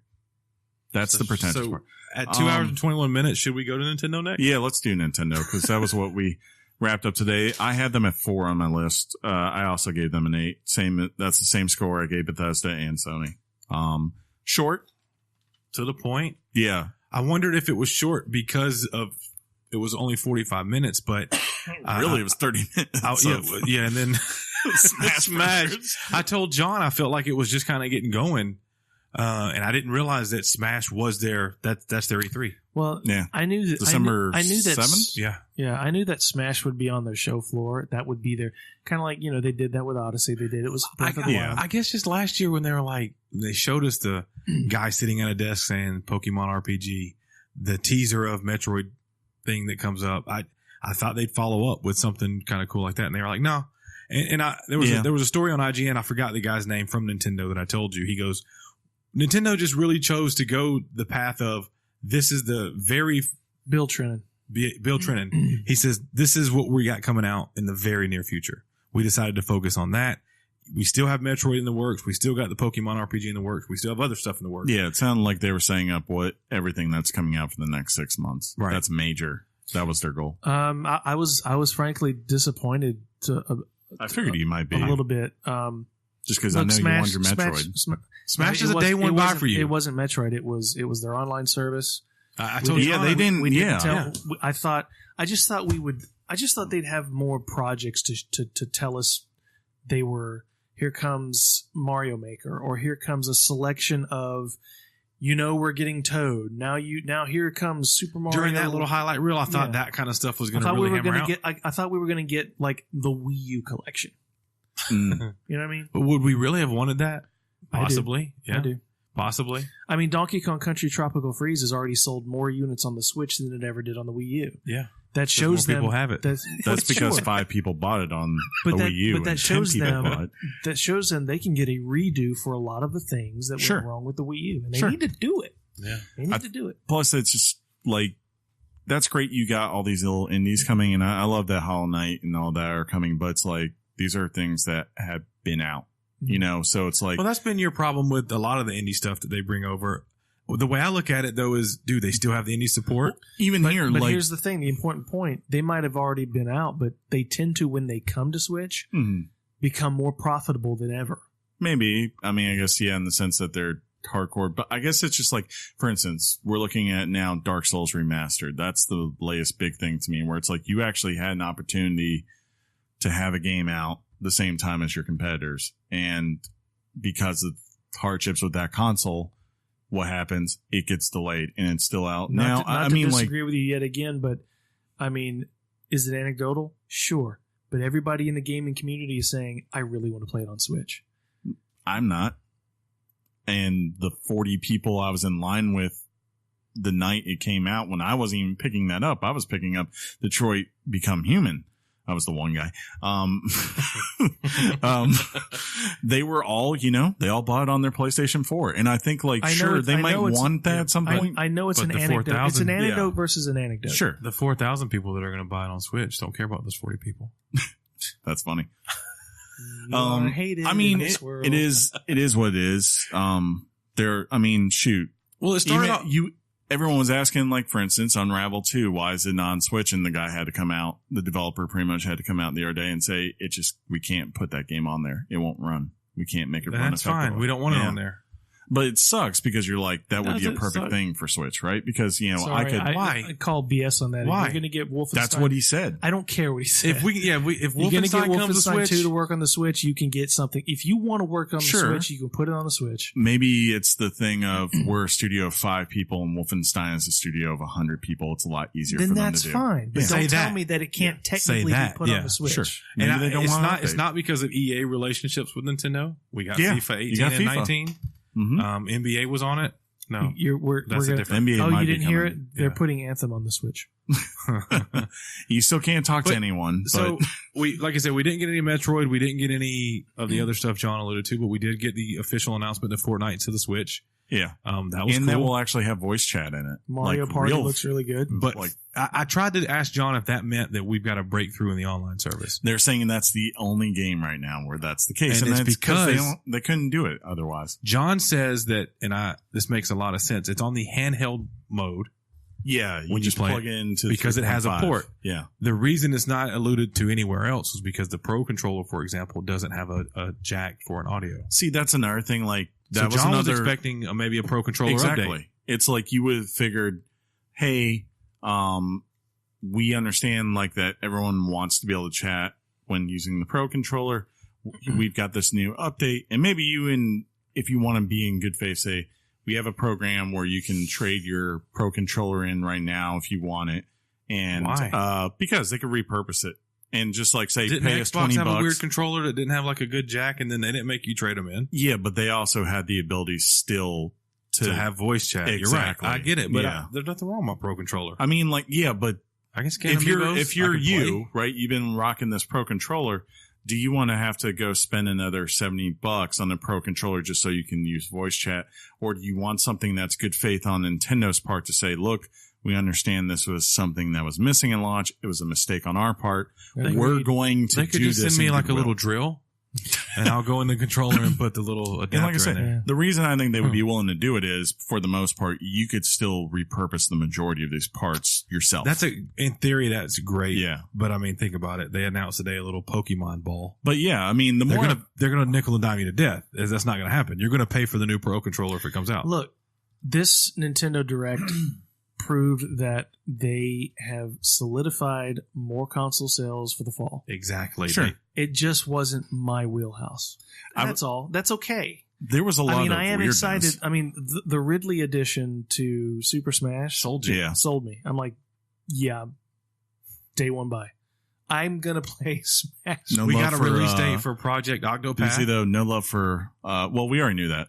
I didn't know that date. Yeah, they'd said a couple. You know the date? They said July window, but what did they say? Sony had been, or not Sony, I'm sorry, Square had been saying recently, I had seen somewhere that they had said July 13th. For Octopath. Yes, I had seen that previously. So good. But yeah, that's awesome. Looks great. There was the Fire Emblems game. There was Xenoblade Chronicle 2 DLC. Which is cool. Yeah. That means that there's enough traffic there that it warrants I agree with you, John. The more you think about it and you look, you go, you have all these things. For instance, I think everyone was hoping maybe that Smash was coming out the same time as the online service. Yeah, I was not expecting to see. Yeah, it. so And it's off a now, little bit. it's like That's it's even- about 2-3 months after That's the fact. that's after Black Friday. But Exactly. I told John, I said maybe the update for Splatoon, they're hoping they bring some traffic in. There's other games maybe they want to try the online with first to really hammer it out. Yeah. I feel like it was a miss. I feel like they want to test it and get it right Because if before they bring Smash comes online- out. I think in their perfect world, they would have it launched. But I really do just think this is obviously a thing of Nintendo doesn't want to come out this fall without being able to say, look, we really support our people with a big game. You know, they can say that from last year. Like they put out Super Mario Odyssey for the fall after putting out Zelda in the spring and Splatoon 2 in the summer. Now it's like you're coming in, and if we're being honest, there really wasn't a humongous game in the spring this year.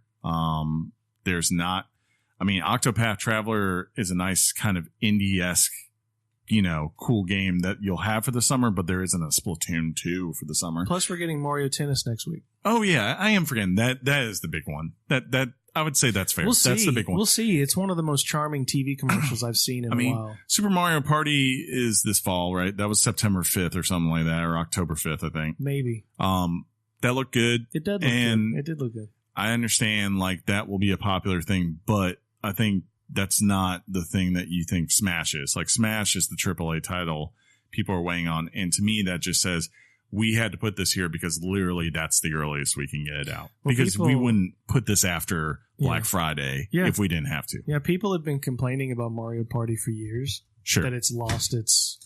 So I'm hoping this one. I had one worry on it when I was watching it, which was I'm wondering what the max number of people can be on one Switch at any time. Yeah. Like, because, you know, they showed that one cool game where you saw the two Switches lined up.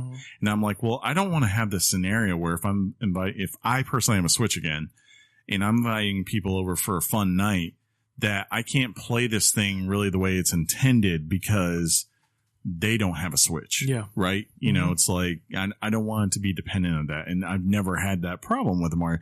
I remember you used to get the Mario parties, and stuff like that. I would come over and try them out at your place.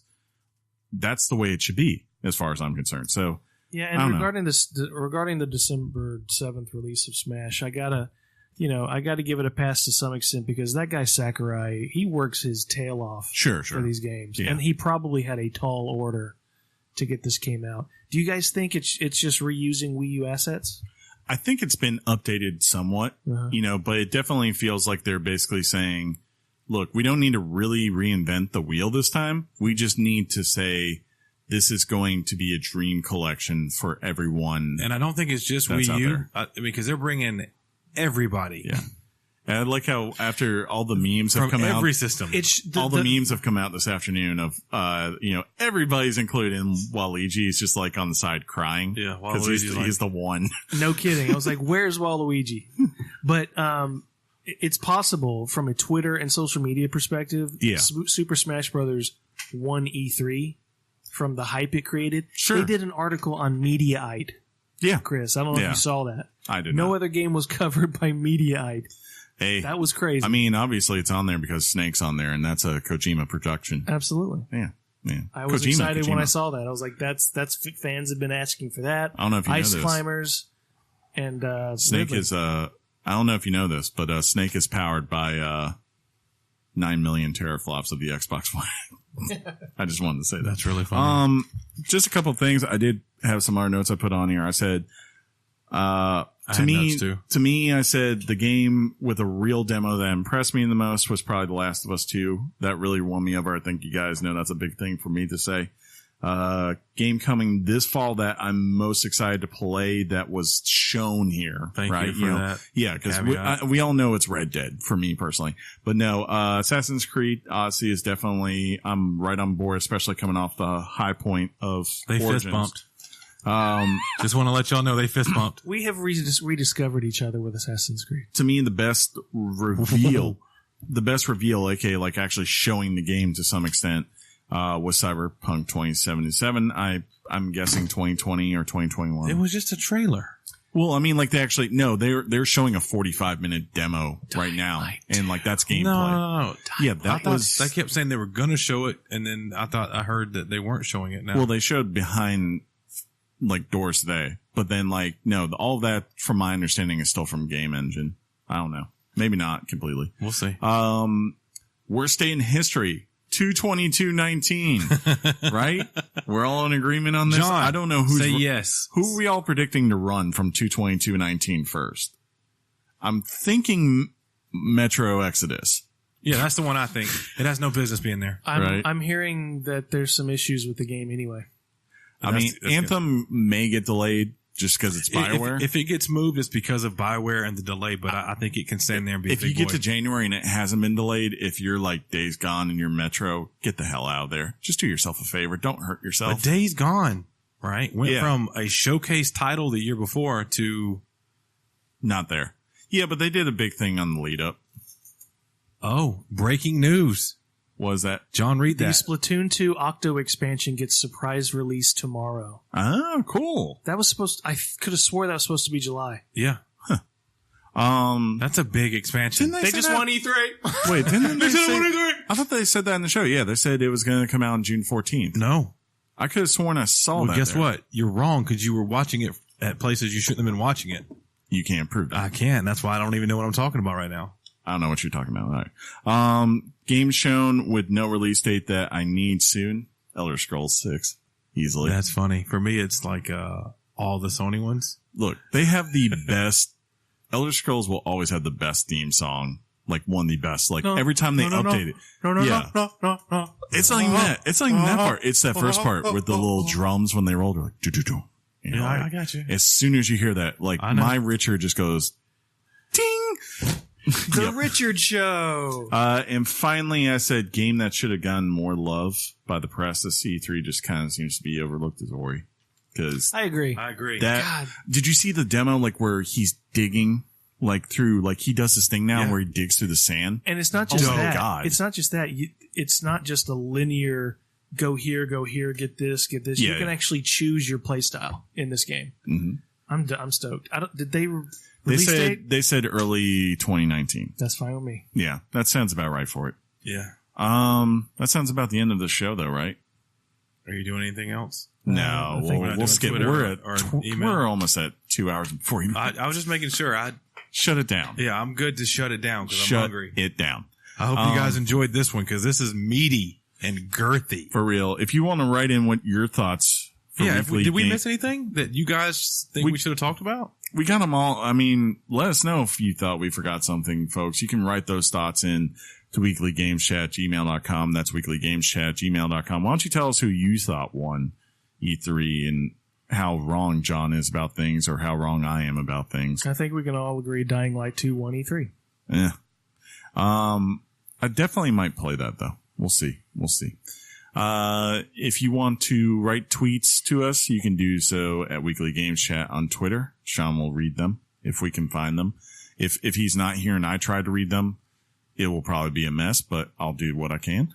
On the other hand, if you want to just write us on Facebook, I posted my initial rankings of E3 on there last night while I had already had a few.